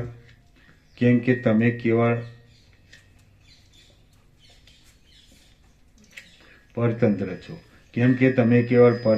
છો. માટે તમે તમારી ઈચ્છાથી કશું કરતા નથી. અહંકાર કેવળ અભિમાન જ ધારણ કરે છે, પણ બીજું કશું કરતો નથી. બ્રહ્મ અદ્વિતીય છે, માટે તેમાં કોઈ ક્રિયાનો સંભવ જ નથી. કર્તાપણું પ્રાણની ગતિમાં થાય છે, પણ તે પ્રાણ જડ છે. જીવ કેવળ ભોગવે છે, પણ બીજું કાંઈ કરતો નથી. અને મન કેવળ મમતા રાખે છે, પણ બીજું કાંઈ કરતું નથી. માટે આ વ્યવહારની ખટપટ ઊભી કરવાનો કોનો, કેવો અને શો દોષ કહેવાય? લાકડા વનમાંથી થાય છે, માટે તેઓને પણ ઘર બનાવવાની જરૂર નથી. રજ્જુ વાંસની છાલમાંથી થાય છે. લાકડા વનમાંથી થાય છે, માટે તેઓને પણ ઘર બનાવવાની જરૂર નથી. રજ્જુ વાંસની છાલમાંથી થાય છે, માટે તેઓને પણ ઘર બનાવવાની જરૂર નથી. વાંસલા આદિ હથિયારો લોઢાણા છે, માટે તેને પણ ઘર બનાવવાની જરૂર નથી. અને સુતાર પોતાનું પેટ ભરવાને વાસ્તે જ કાળજી રાખે છે, માટે તેને પણ ઘર બનાવવાની જરૂર નથી. તેમ છતાં પણ એ જુદા જુદા પદાર્થોરૂપી સામગ્રીથી જે ઉત્તમ અને દ્રઢ ઘરરૂપ આકાર બને છે તે કાકતાલીય એની પેઠે બની જાય છે. માટે તે ઘર પડી જાય તો એમાંના કોઈને પણ કશી હાનિ થાય એમ નથી. તેમ તમે કેવળ પોતપોતાના વિષયનું ગ્રહણ કરનારા છો, પણ વિષયોવાળા વ્યવહારને ઉત્પન્ન કરવાની જરૂરવાળા નથી. તે છતાં પણ તમે જે સામગ્રીરૂપ છો તેનાથી એ જે આ ચપળ વ્યવહાર ઊભો થયો છે તે કાકતાલીયની પેઠે જ થયો છે. માટે આ વ્યવહાર નષ્ટ થઈ જાય તો પણ તેથી તમારામાંના કોઈને કાંઈ હાનિ થઈ જાય એમ નથી. અવિદ્યા તો સાવ ભૂલાઈ ગઈ. આત્મવિદ્યા સ્પષ્ટ રીતે પ્રાપ્ત થઈ. સાચું હતું તે સાચું થયું, ખોટું હતું તે ખોટું થયું, વિનાશી હતું તે વિનાશ પામ્યું અને સ્થિર હતું તે સ્થિર થયું.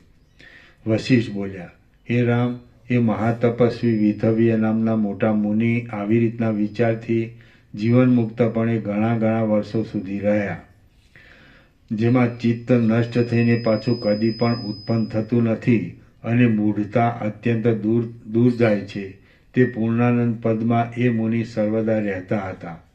સત્ય અને અખંડ આત્મામાં કોઈ સમયે ભ્રાંતિથી વિચિત્ર પદાર્થો દેખાવાથી થતા વ્યર્થ દુઃખનું નિવારણ કરવા માટે વારંવાર ધ્યાનરૂપી આશ્વાસનોનો આશ્રય કરી એ મુનિ સર્વદા સુખમાં જ રહેતા હતા. ત્યાગ કરવા યોગ્ય અને ગ્રહણ કરવા યોગ્ય વિષયોની પ્રાપ્તિ થતાં પણ આ ત્યાગ કરવા યોગ્ય છે અને આ ગ્રહણ કરવા યોગ્ય છે એવી દ્રષ્ટિઓનો ક્ષય થયેલો હોવાથી વિધવ્યનું મન ઈચ્છાથી પણ રહિત થઈ ગયું અને અનિચ્છાથી પણ રહિત થઈ ગયું.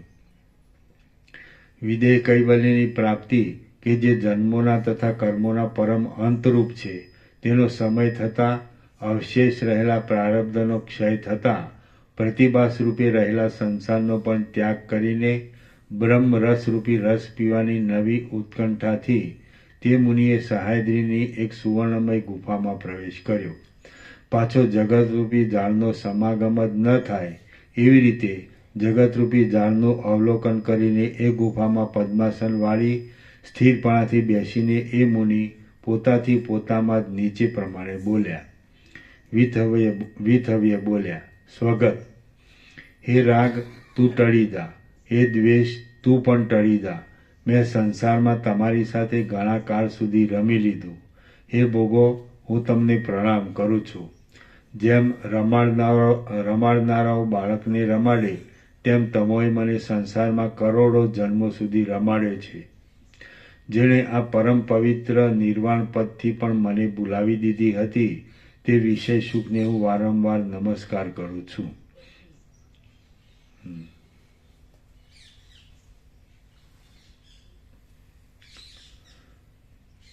જેમ રમાડનારાઓ બાળકને રમાડે તેમ તમોએ મને સંસારમાં કરોડો જન્મો સુધી રમાડ્યો છે. જેણે આ પરમ પવિત્ર નિર્વાણ પદથી પણ મને પદવી બોલાવી દીધી હતી તે વિષય સુખને હું વારંવાર નમસ્કાર કરું છું. હે દુઃખ પદવી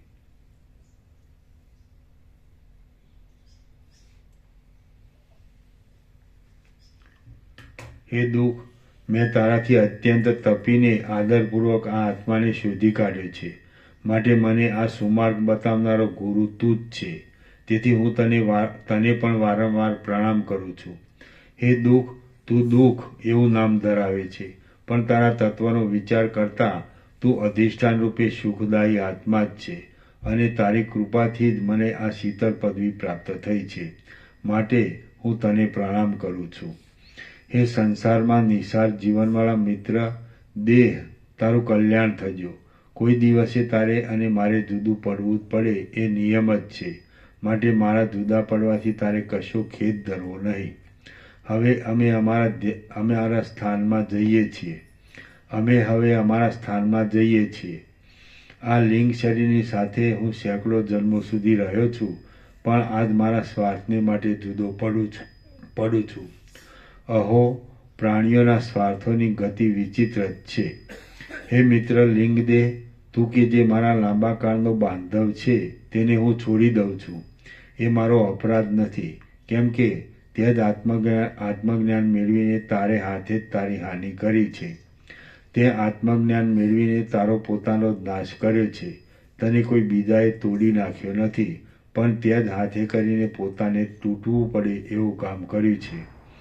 હે માતા તૃષ્ણા, હું શાંત થતાં તું એકલી થઈ ગઈ છે, સુકાઈ ગઈ છે અને રાખ થઈ ગઈ છે. તો પણ તારે દુઃખ ધરવું નહીં. હવે તો હું તને ત્યજી દઈને જાઉં છું, પણ તેમ કરવાથી મારું કલ્યાણ છે. માટે હવે તારે તારા ભવિષ્યના નાશનું પણ દુઃખ ધરવું નહીં. હે મહારાજ કામદેવ, મેં તને જીવવાને માટે વૈરાગ્ય આદિ તારા શત્રુઓના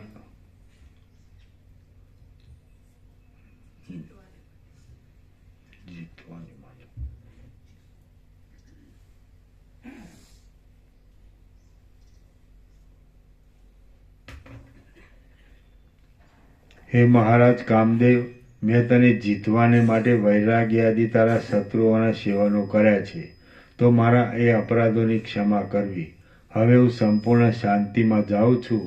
તું મને આશીર્વાદ દે. હે મા તૃષ્ણા, હવે તારો અને મારો લાંબામાં લાંબો વિયોગ થાય છે, પણ જેનો સંયોગ થયો હોય તેનો વિયોગ થાય છે જ. માટે તારે કાંઈ ખેદ કરવો નહીં. હું તને આ છેલ્લા પ્રણામ કરું છું. હે પુણ્યદેવ, હું તને પ્રણામ કરું છું. તે પૂર્વે મને નરકોમાંથી તારીને સ્વર્ગમાં મોકલ્યો હતો. એ મારા ઉપર તારો ઉપકાર જ છે. પાપરૂપી વૃક્ષ કે જે નીચ કાર્યરૂપી ક્ષેત્રમાં ઉગનાર છે, નરકોરૂપી શાખાઓને ધારણ કરનાર છે અને યાતનાઓરૂપી પુષ્પોના સમૂહવાળું છે, તેને પણ પ્રણામ કરું છું. મેં જેને સાથે રાખીને લાંબા કાળ સુધી ઘણી ઘણી પામર યોનિઓ ભોગવી છે અને જે આજથી માંડીને અદૃશ્ય થઈ ગયો છે, તે મોહને પણ હું પ્રણામ કરું છું.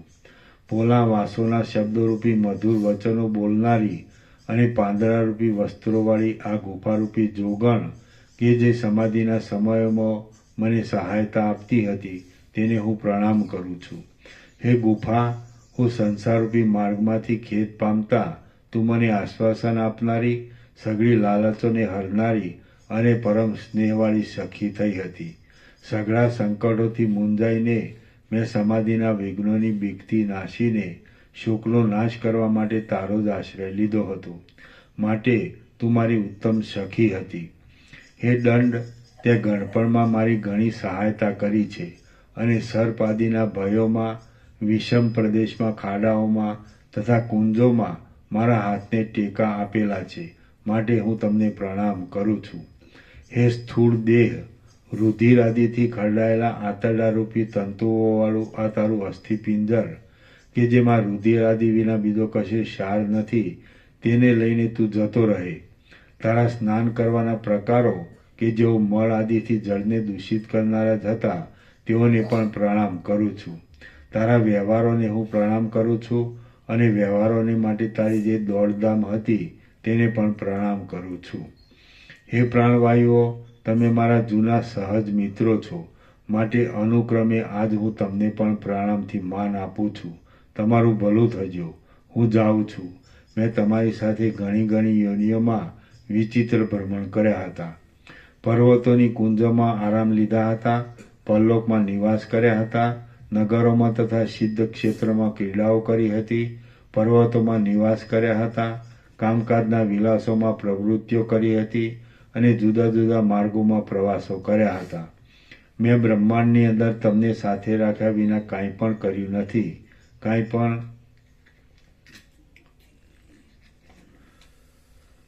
પણ કર્યું નથી, કાંઈ પણ લીધું નથી, ક્યાંય પણ ગતિ કરી નથી, કાંઈ પણ દીધું નથી અને કોઈનો પણ આશ્રય કર્યો નથી.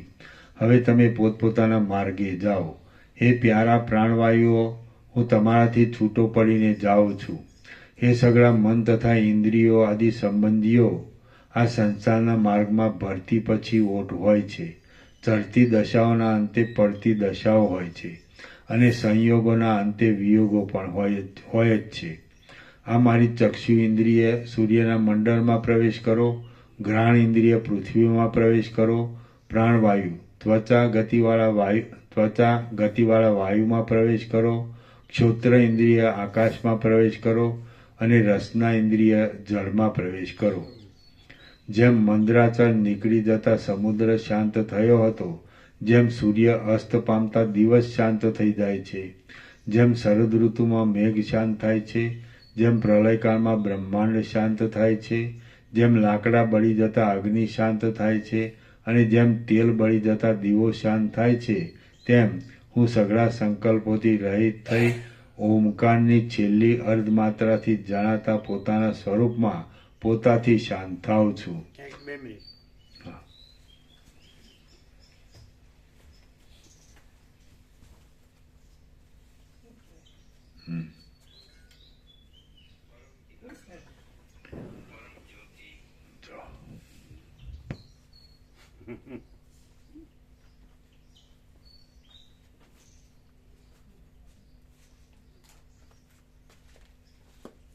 બે મિનિટ હા.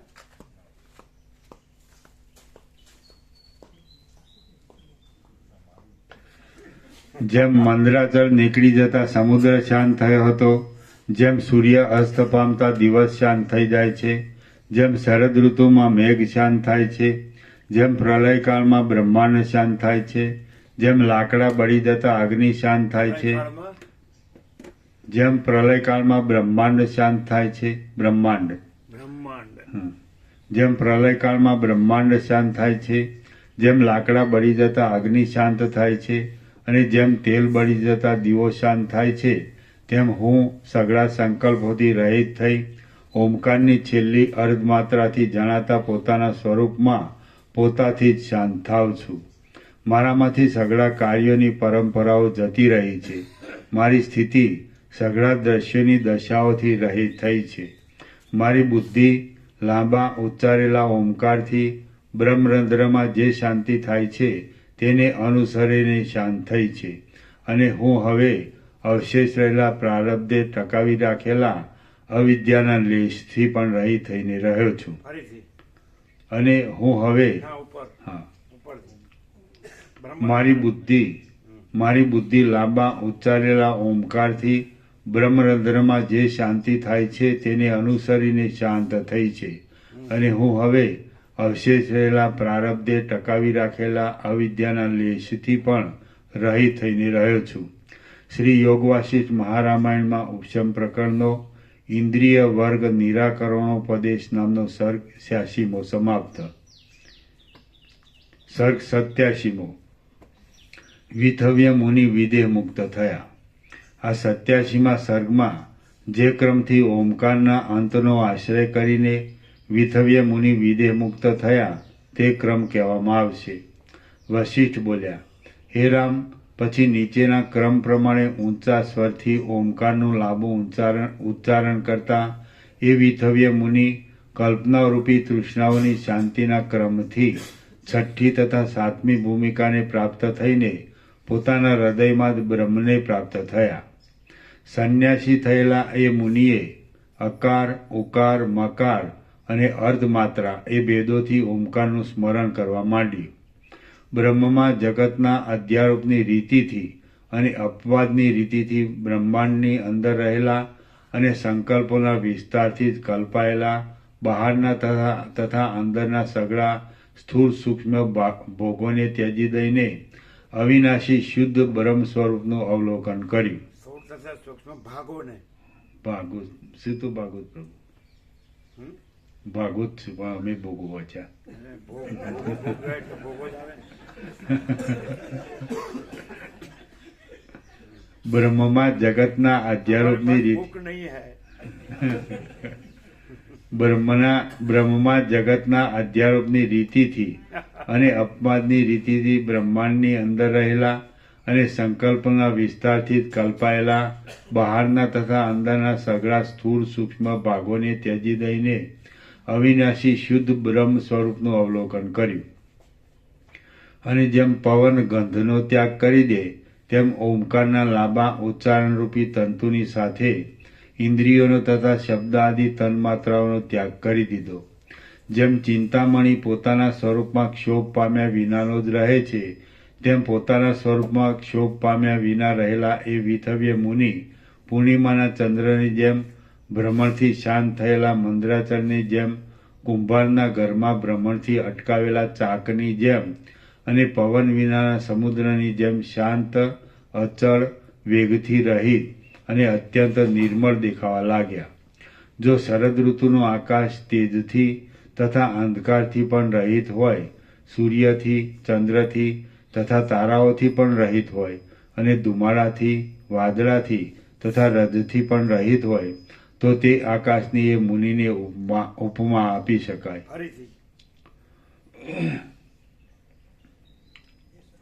જો શરદ ઋતુનું આકાશ તેજથી તથા અંધકારથી પણ રહિત હોય, સૂર્યથી, ચંદ્રથી તથા તારાઓથી પણ રહિત હોય અને ધુમાડાથી, વાદળાથી તથા રજથી પણ રહિત હોય, તો તે આકાશની એ મુનિને ઉપમા આપી શકાય. પછી જાણે આકાશમાં ઉઠ્યું હોય એવું અને સાક્ષીથી સ્ફુરવા લાગેલું કેવળ અંધારું જોતા તે મુનિએ જેમ સમજુ માણસ કોપના અંશને પણ છોડી દે તેમ તે અંધારાને છોડી દીધું. પછી તેજ દેખાવા લાગતા એ મુનિએ અડધી પળ સુધી વિચાર કરીને તે તેજને પણ છોડી દીધું. આ સમયે અંધારું પણ રહ્યું નહીં અને પ્રકાશ પણ રહ્યો નહીં. અંધારું તથા પ્રકાશ એ બંનેથી રહિત અવસ્થાને પ્રાપ્ત થઈને તે મુનિએ જરાક સ્ફુરેલા તેવી અવસ્થાની કલ્પનાના કારણરૂપ મનરૂપી ખડને પણ અડધી પળમાં કાપી નાખ્યું. અંધારું તથા પ્રકાશ એ બંનેથી રહિત અવસ્થાને પ્રાપ્ત થઈને તે મુનિએ જરાક સ્ફુરેલા તેવી અવસ્થાની કલ્પનાના કારણરૂપ મનરૂપી ખડને પણ અડધી પળમાં કાપી નાખ્યું. હે રામ, પછી પવન વિનાના દીવાની જેમ સ્પષ્ટ પ્રકાશવા લાગેલા પોતાના સ્વરૂપનું અવલંબન કરીને તે મુનિએ તુરતના જન્મેલા બાળકના જ્ઞાન જેવા સામાન્ય કલ્પનાવાળા ચિત્તરૂપી મેલને પણ જેમ વાયુ ગતિને ત્યજી દે તેમ અડધી પળમાં પણ અર્ધ જેટલા કાળમાં છોડી દીધો. હે રામ, પછી પવન વિનાના દીવાની જેમ સ્પષ્ટ પ્રકાશવા લાગેલા પોતાના સ્વરૂપનું અવલંબન કરીને તે મુનિએ તુરતના જન્મેલા બાળકના જ્ઞાન જેવા સામાન્ય કલ્પનાવાળા ચિત્તરૂપી મેલને પણ જેમ વાયુ ગતિને ત્યજી દે તેમ અડધી પળમાં પણ અર્ધ જેટલા કાળમાં છોડી દીધો. એ રીતે એ મુનિ સર્વને ત્યજી દઈને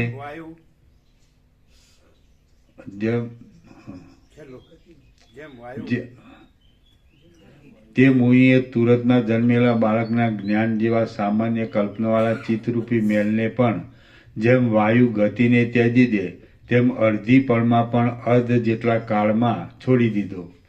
એ રીતે એ મુનિ સર્વને ત્યજી દઈને કેવળ સાક્ષી રૂપે જ અવશેષ રહ્યા અને તે પછી સર્વને સત્તા આપનારા એ સાક્ષીપણામાં જ દ્રઢ રહીને પર્વતની જેમ અવિચળ થઈને રહ્યા. પછી સુષુપ્તિ અવસ્થા જેવા એ નિર્વિકલ્પ સાક્ષીપણામાં રહેતા રહેતા તેમાં જરાવાર સ્થિર થઈને તે મુનિ વિદેહ મુક્તિને પ્રાપ્ત થયા. વિદેહ મુક્ત થયેલા એ મુનિ વિષયોના આનંદથી રહિત હોવા છતાં પણ આનંદરૂપ થયા. પોતાથી ન્યારી સત્તાથી રહિત છતાં પણ સત્તારૂપ થયા. કોઈ નામ રૂપવાળા નહીં હોવા છતાં પણ ન્યારી પોતાથી ન્યારી સત્તાથી રહિત છતાં પણ સત્તારૂપ થયા. કોઈ નામ રૂપવાળા નહીં હોવા છતાં પણ કાંઈક છે એમ કહેવાને યોગ્ય થયા. જ્ઞાનીઓને પ્રકાશરૂપ થયા, અજ્ઞાનીઓને અંધારા જેવા થયા. જળ પદાર્થોના તથા ચેતનવાળા પદાર્થોના અધિષ્ઠાનરૂપ થયા. સઘળા અનાત્મ પદાર્થોના નિષેધના અવધિભૂત થયા. જેને વાણી પણ પહોંચી શકે નહીં એવા થયા. સર્વમાં સમપણાથી રહેનારા થયા. વ્યાપક થયા. પરમ પવિત્ર પદરૂપ થયા અને સઘળા પદાર્થોની અંદર રહ્યા છતાં પણ સર્વથી રહિત થયા. જેને શૂન્યવાદીઓ શૂન્ય કહે છે, બ્રહ્મવાદીઓ બ્રહ્મ કહે છે, વિજ્ઞાનવાદીઓ વિજ્ઞાન કહે છે, સાંખ્ય મતવાળાઓ પુરુષ કહે છે, યોગ મતવાળાઓ ઈશ્વર કહે છે, શૈવ મતવાળાઓ શિવ કહે છે, કાળવાદીઓ કાળ કહે છે, ક્ષણિકવાદીઓ ક્ષણિક કહે છે અને માધ્યમિક લોકો જળના તથા ચૈતન્યના મધ્યરૂપ કહે છે તે થયા. એ મુનિ આત્મજ્ઞાનીઓના આત્મા થયા. સમદ્રષ્ટિવાળો જેને પૂર્ણ કહે છે તે થયા. એ મુનિ આત્મજ્ઞાનીઓના આત્મા થયા. સમદ્રષ્ટિવાળો જેને પૂર્ણ કહે છે તે થયા. સઘળા શાસ્ત્રોના સિદ્ધાંતરૂપ થયા. સર્વના હૃદયોમાં વ્યાપક થયા અને જે સર્વરૂપ સર્વમાં રહેલ અને સર્વનું તત્વ કહેવાય છે તે થયા. અને જે સર્વરૂપ સર્વમાં રહેલ અને સર્વનું તત્વ કહેવાય છે તે થયા. અને જે સર્વરૂપ સર્વમાં રહેલ અને સર્વનું તત્વ કહેવાય છે તે થયા. જે અત્યંત નિષ્ક્રિય ક્રિયાઓથી રહિત છે, જે અત્યંત નિષ્ક્રિય છે, સૂર્યાદિ તેજોને પણ પ્રકાશ આપે છે અને અખંડ અનુભવરૂપ જ કહેવાય છે તે થયા. સૂર્ય આદિ તેજોને પણ પ્રકાશ આપે છે અને અખંડ અનુભવરૂપ જ કહેવાય છે તે થયા. જે સ્વરૂપથી એક કહેવાય છે, માયાથી અનેક કહેવાય છે, સ્વરૂપથી નિરંજન કહેવાય છે, માયાથી દ્વૈતવાળું કહેવાય છે, સર્વરૂપ કહેવાય છે અને સર્વથી ન્યારું પણ કહેવાય છે તે થઈને રહ્યા. જે સ્વરૂપથી એક કહેવાય છે, માયાથી અનેક કહેવાય છે, સ્વરૂપથી નિરંજન કહેવાય છે, માયાથી દ્વૈતવાળું કહેવાય છે, સર્વરૂપ કહેવાય છે અને સર્વથી ન્યારું પણ કહેવાય છે તે થઈને રહ્યા. એ મહાસમર્થ વિથવ્ય મુનિ ક્ષણ માત્રમાં જન્મથી રહિત થયા, જરાથી રહિત થયા, આદિથી રહિત થયા, દ્વૈતના અધિષ્ઠાન રૂપ થયા, એક થયા, સર્વરૂપ થયા, અંશોથી રહિત થયા અને આકાશના સ્વરૂપ કરતાં પણ વધારે નિર્લેપ સ્થિતિવાળા થયા. અને આકાશના સ્વરૂપ કરતાં પણ વધારે નિર્લેપ સ્થિતિવાળા થયા. શ્રી યોગ વાસિષ્ઠ મહારામાયણમાં ઉપશમ પ્રકરણનો વિતહવ્ય નિર્વાણ ઉપદેશ નામનો સર્ગ 87મો સમાપ્ત. સર્ગ 88મો વિદેહ મુક્તિ પછી પ્રાણાદિનો લય. આ 88મા સર્ગમાં વિતહવ્ય મુક્ત થતાં તેમના પ્રાણનો હૃદયમાં જ લય થયો, તેમનું શરીર સુકાઈ ગયું અને બુદ્ધિ આદિ કળાઓ પોતપોતાના કારણોમાં લીન થઈ ગઈ એ કથા કહેવામાં આવશે. વશિષ્ઠ બોલ્યા, હે રામ, સંસાર સીમાડાના વશિષ્ઠ બોલ્યા, હે રામ, સંસાર સીમાડાના અંતને પ્રાપ્ત થઈને દુઃખરૂપી સમુદ્રના પારને પામેલા એ વિતહવ્ય મુનિ એ રીતે મનનો નાશ થતાં સંપૂર્ણ શાંત થયા. જેમ જળનું બિંદુ સમુદ્રમાં સમુદ્ર રૂપે શાંત થાય છે, તેમ એ મુનિ પરિણામો વિનાના બ્રહ્મમાં બ્રહ્મરૂપે શાંત થઈ પરમ સુખ પામતા ગુફામાં સ્થિર થઈને બેઠેલો તેમનો દેહ અંદર રસ વિનાનો થઈને હેમંત ઋતુના કમળની પેઠે ગ્લાનિ પામ્યો. તે નાડીઓમાંથી ઉડવાને લીધે પક્ષીઓને જેમ આચરણ કરતા કરતા તે દેહના પ્રાણે યંત્રથી છૂટેલાઓની જેમ દેવરૂપી ઝાડની અંદર રહેલા તે નાડીઓરૂપી સ્થાનને છોડી દઈને હૃદયરૂપી માળામાં લીન થઈ ગયા. બુદ્ધિ આદિ સઘળા પદાર્થો પોતપોતાના કારણોમાં લીન થયા. અસ્થિઓનો પંજરરૂપ દેહ ધરતી ઉપર જ રહ્યો. જીવ ચૈતન્ય બ્રહ્મ ચૈતન્યની સાથે એક રસ થઈ ગયું. જીવ ચૈતન્ય બ્રહ્મ ચૈતન્યની સાથે એક રસ થઈ ગયું અને ત્વચા તથા રુધિર આદિ ધાતુઓ પોતપોતાના કારણોમાં રહ્યા. વિતહવ્ય મુનિ શાંત થતાં સગળું પોતપોતાના સ્વરૂપમાં જ રહ્યું. હે રામ, ઘણા વિચારોથી શોભતી આ વિતહવ્ય મુનિની સમાધિની કથા મેં તમને કહી સંભળાવી. હવે તમારી બુદ્ધિથી આ કથાનું વિવેચન કરો. પોતાની વિચાર શક્તિથી વૃદ્ધિ પામેલી આવા પ્રકારની બુદ્ધિથી સારભૂત તત્વનું અવલોકન કરીને તેમાં જ રહો. પોતાની વિચાર શક્તિથી વૃદ્ધિ પામેલી આવા પ્રકારની બુદ્ધિથી સારભૂત તત્વનું અવલોકન કરીને તેમાં જ રહો અને જીવનમુક્ત બનીને યોગ્ય વ્યવહારને નિભાવો. હે રામ, જે આ સઘળું મેં તમને કહ્યું, હમણાં જે કહું છું અને હવે પછી પણ જે કહીશ, તે સઘળું હું કે જે ત્રિકાળદર્શી છું અને ચિરંજીવી છું, તેણે સંપૂર્ણ રીતે વિચાર્યું છે અને સંપૂર્ણ રીતે પોતાથી અનુભવેલું છે.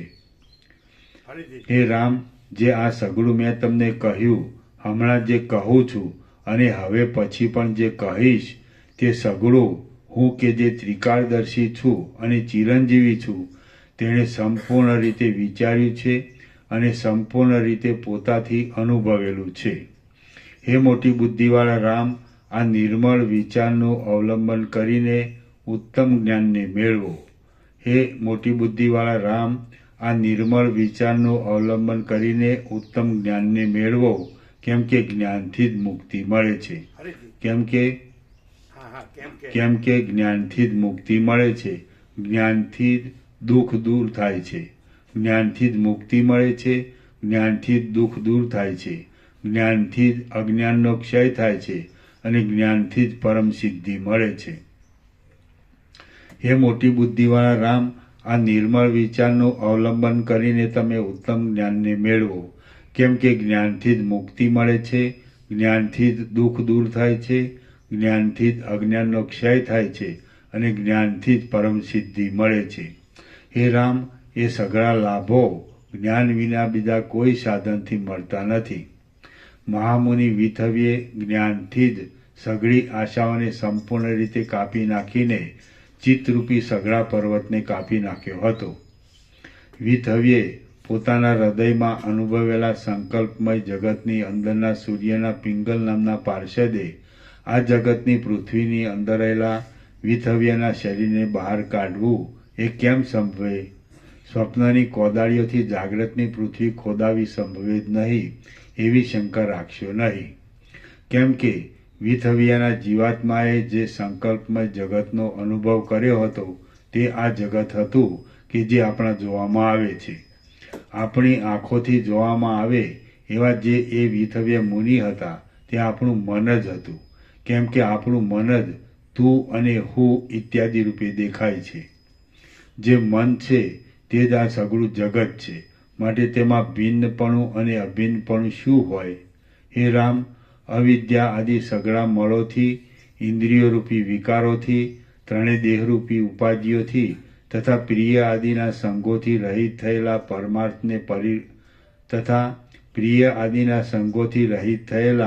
પરમાર્થને પરિપૂર્ણ રીતે જાણી ચૂકેલા અને જેના રાગદ્વેષ આદિ દોષો ક્ષીણ થઈ ગયા હતા તથા શોક શાંત થઈ ગયો હતો એવા વિવેકી વિથવ્ય મુનિ લાંબા કાળ સુધી કરેલા શ્રવણ મનન આદિ અભ્યાસોથી પોતાના હૃદયમાં બિરાજતા પોતાના સ્વભાવરૂપ નિર્મળ પદને પ્રાપ્ત થયા. શ્રી યોગવાસિષ્ઠ મહારામાયણમાં ઉપશમ પ્રકરણનો વિથવ્ય વિશ્રાંતિ નામનો સર્ગ 88મો સમાપ્ત. કેટલું છે હવે? કેટલા પાના છે? હોમો તો વધારે છે. અચ્છા, સાંજે કેટલા પાના થયા? 782 આયા. સરસ, 782 પૂરા થયા. બરાબર 783મો ચાલુ થશે. બરાબર. સાંજે હા. પ્રસાદ આપી દો. ઓમ ઓમ ઓમ. 782 થયા ને? હા બરાબર, 782 થયા. આમ કુલ કેટલા છે? 803. હા, એટલે બસ હવે પૂર્ણ થવા આવ્યું. હમ.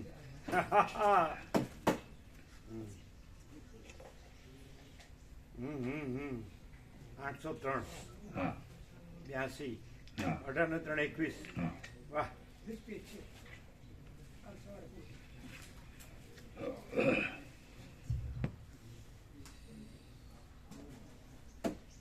તો આવું 35 દિવસમાં અખંડ પ્રકાશ, અખંડ આનંદ, અખંડ શાંતિ, 35 દિવસમાં સંપૂર્ણ 1730 પાના.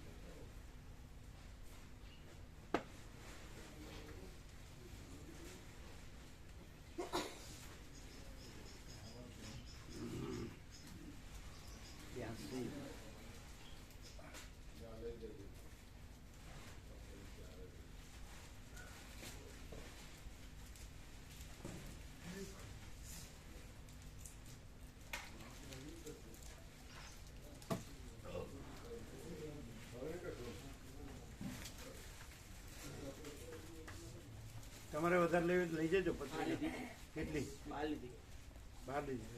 માધા પ્રવણ આપજો. બે લીધી? બે 35 દિવસ વાળી લીધી ને? અને મહાશિવરાત્રી વાળી લીધી ને?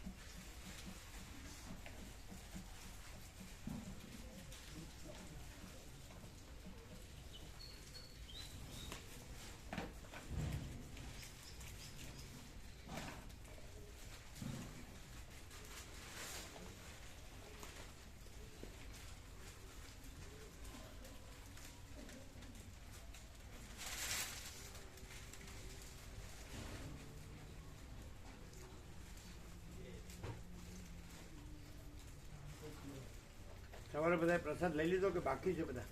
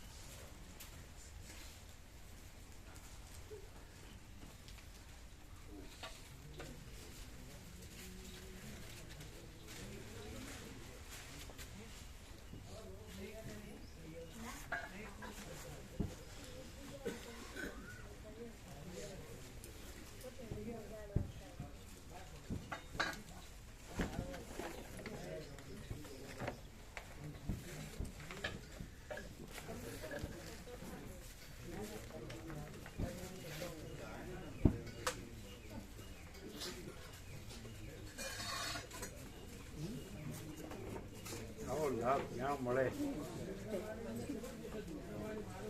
પૂર્ણ લાભ.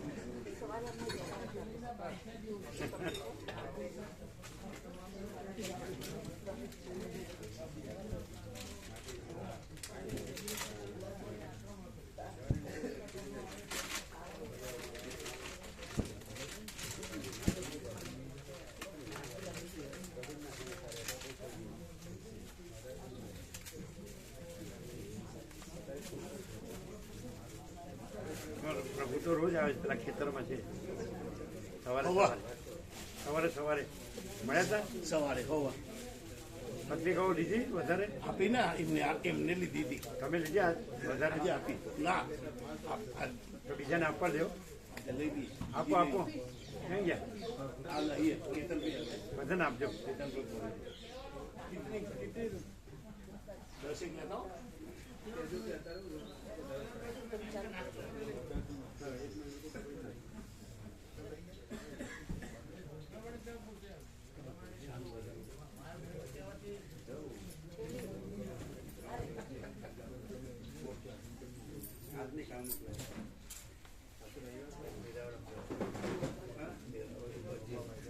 પત્રિકાઓ વધારે જોઈએ તો લેજો.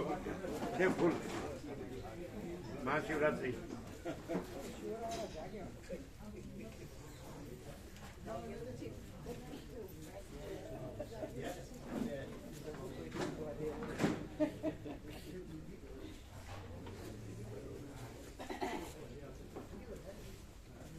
જયરામ પ્રભુ કીધું 25 થેલી લઈ મકઈ સારી રીતે 25 થેલી મોકલી જાય. હા અને અત્યારે વાપરી બહુ પાક્યું તો બધી ચાલી જાય ત્યારે વાપર એટલે 25 થેલી મગાવી દીધી. જેવી સર્વાંતર્યામીની પ્રેરણા. કેવો પ્રકાશ છે. હા પૂર્ણ લાભ.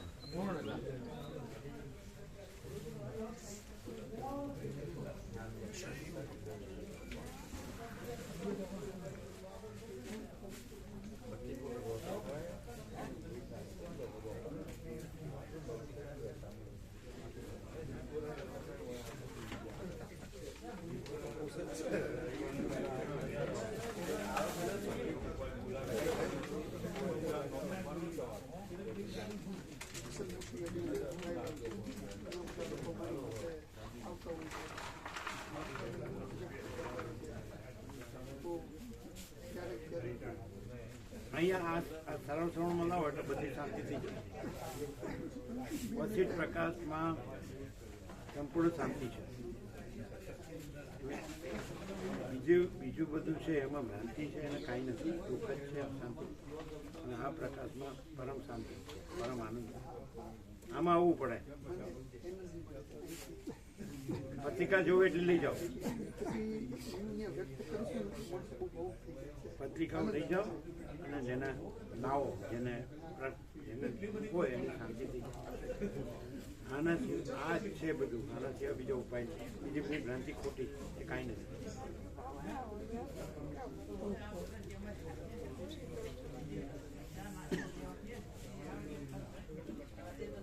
આજે આનંદ પ્રભુ નથી આવ્યો નહીં.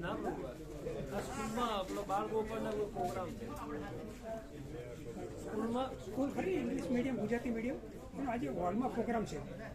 વધારે જોયું તો લઈ જજો. હા ચોક્કસ કોઈ રહીને જ આવો. ના ચોક્કસ બધાને ઘેર જઈને આપતા મહાશિવરાત્રી માસી શું છે આજે? નાના બાળ ગોપાળોનો નાનો પ્રોગ્રામ રાખ્યો છે. એમ કેટલા વાગે? 11 વાગે ચાલુ થઈ જાય પણ એક જગ્યાએ પાછું બેસણા મેટ્રિક જવાનું. એમના મામા એમના પપ્પા ખરા એમના મામા છોકરા મરી ગયા નાની ઉંમરના એમના અને પ્રભુના પપ્પાના એટલે એમને જવાનું બેસણા. ગામડે છે? ના એ અમદાવાદમાં છે. બધી પ્રભુ બારોબાર જ જવાનું.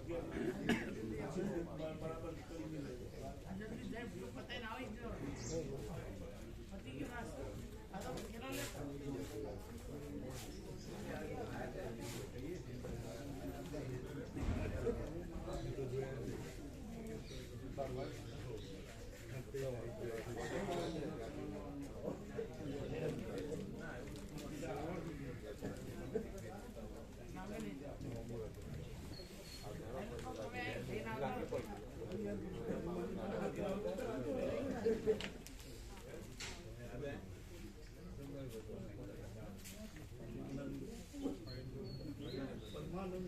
प्रसाद में जो बाकी है उसको जिन्हों प्रसाद दे देते है ना गोवा प्रसाद में जो बाकी हो लेवड़ाओ है ना फूल तो बधाने लेवड़ाओ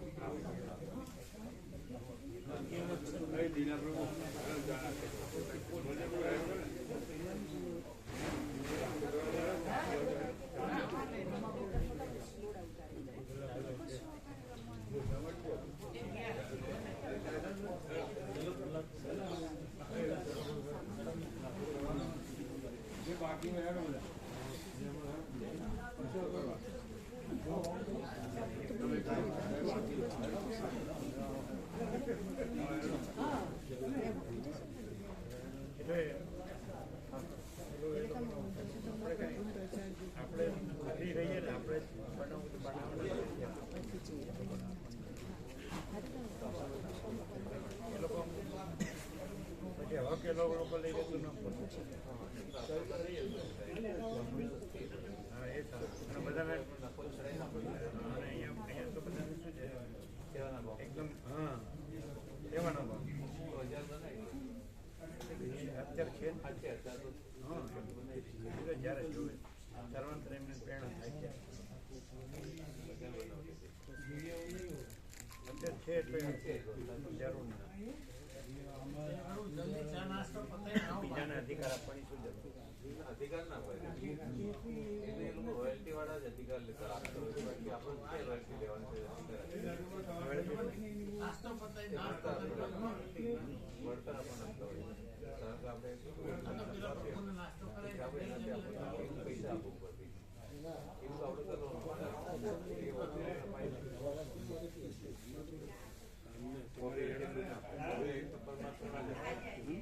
આપણે પરમાત્મામાં જ રખાય મેં કહ્યું હતું એટલે શું કે એટલે લોકો શું કે પરમાત્મા જ એટલે એ શું કે એટલે વાત છે વખત મીટિંગ કરવાના છે રાજકારણીઓ છે એની જરૂર નથી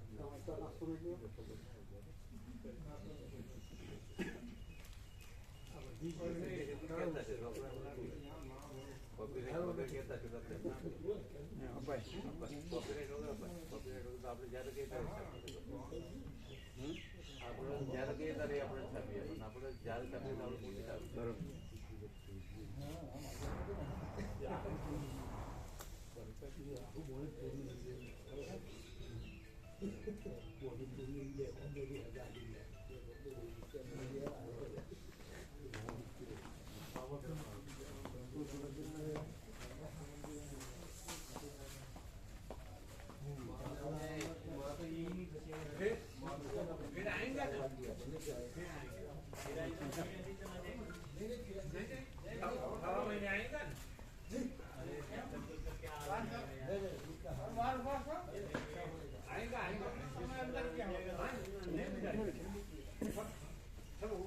હા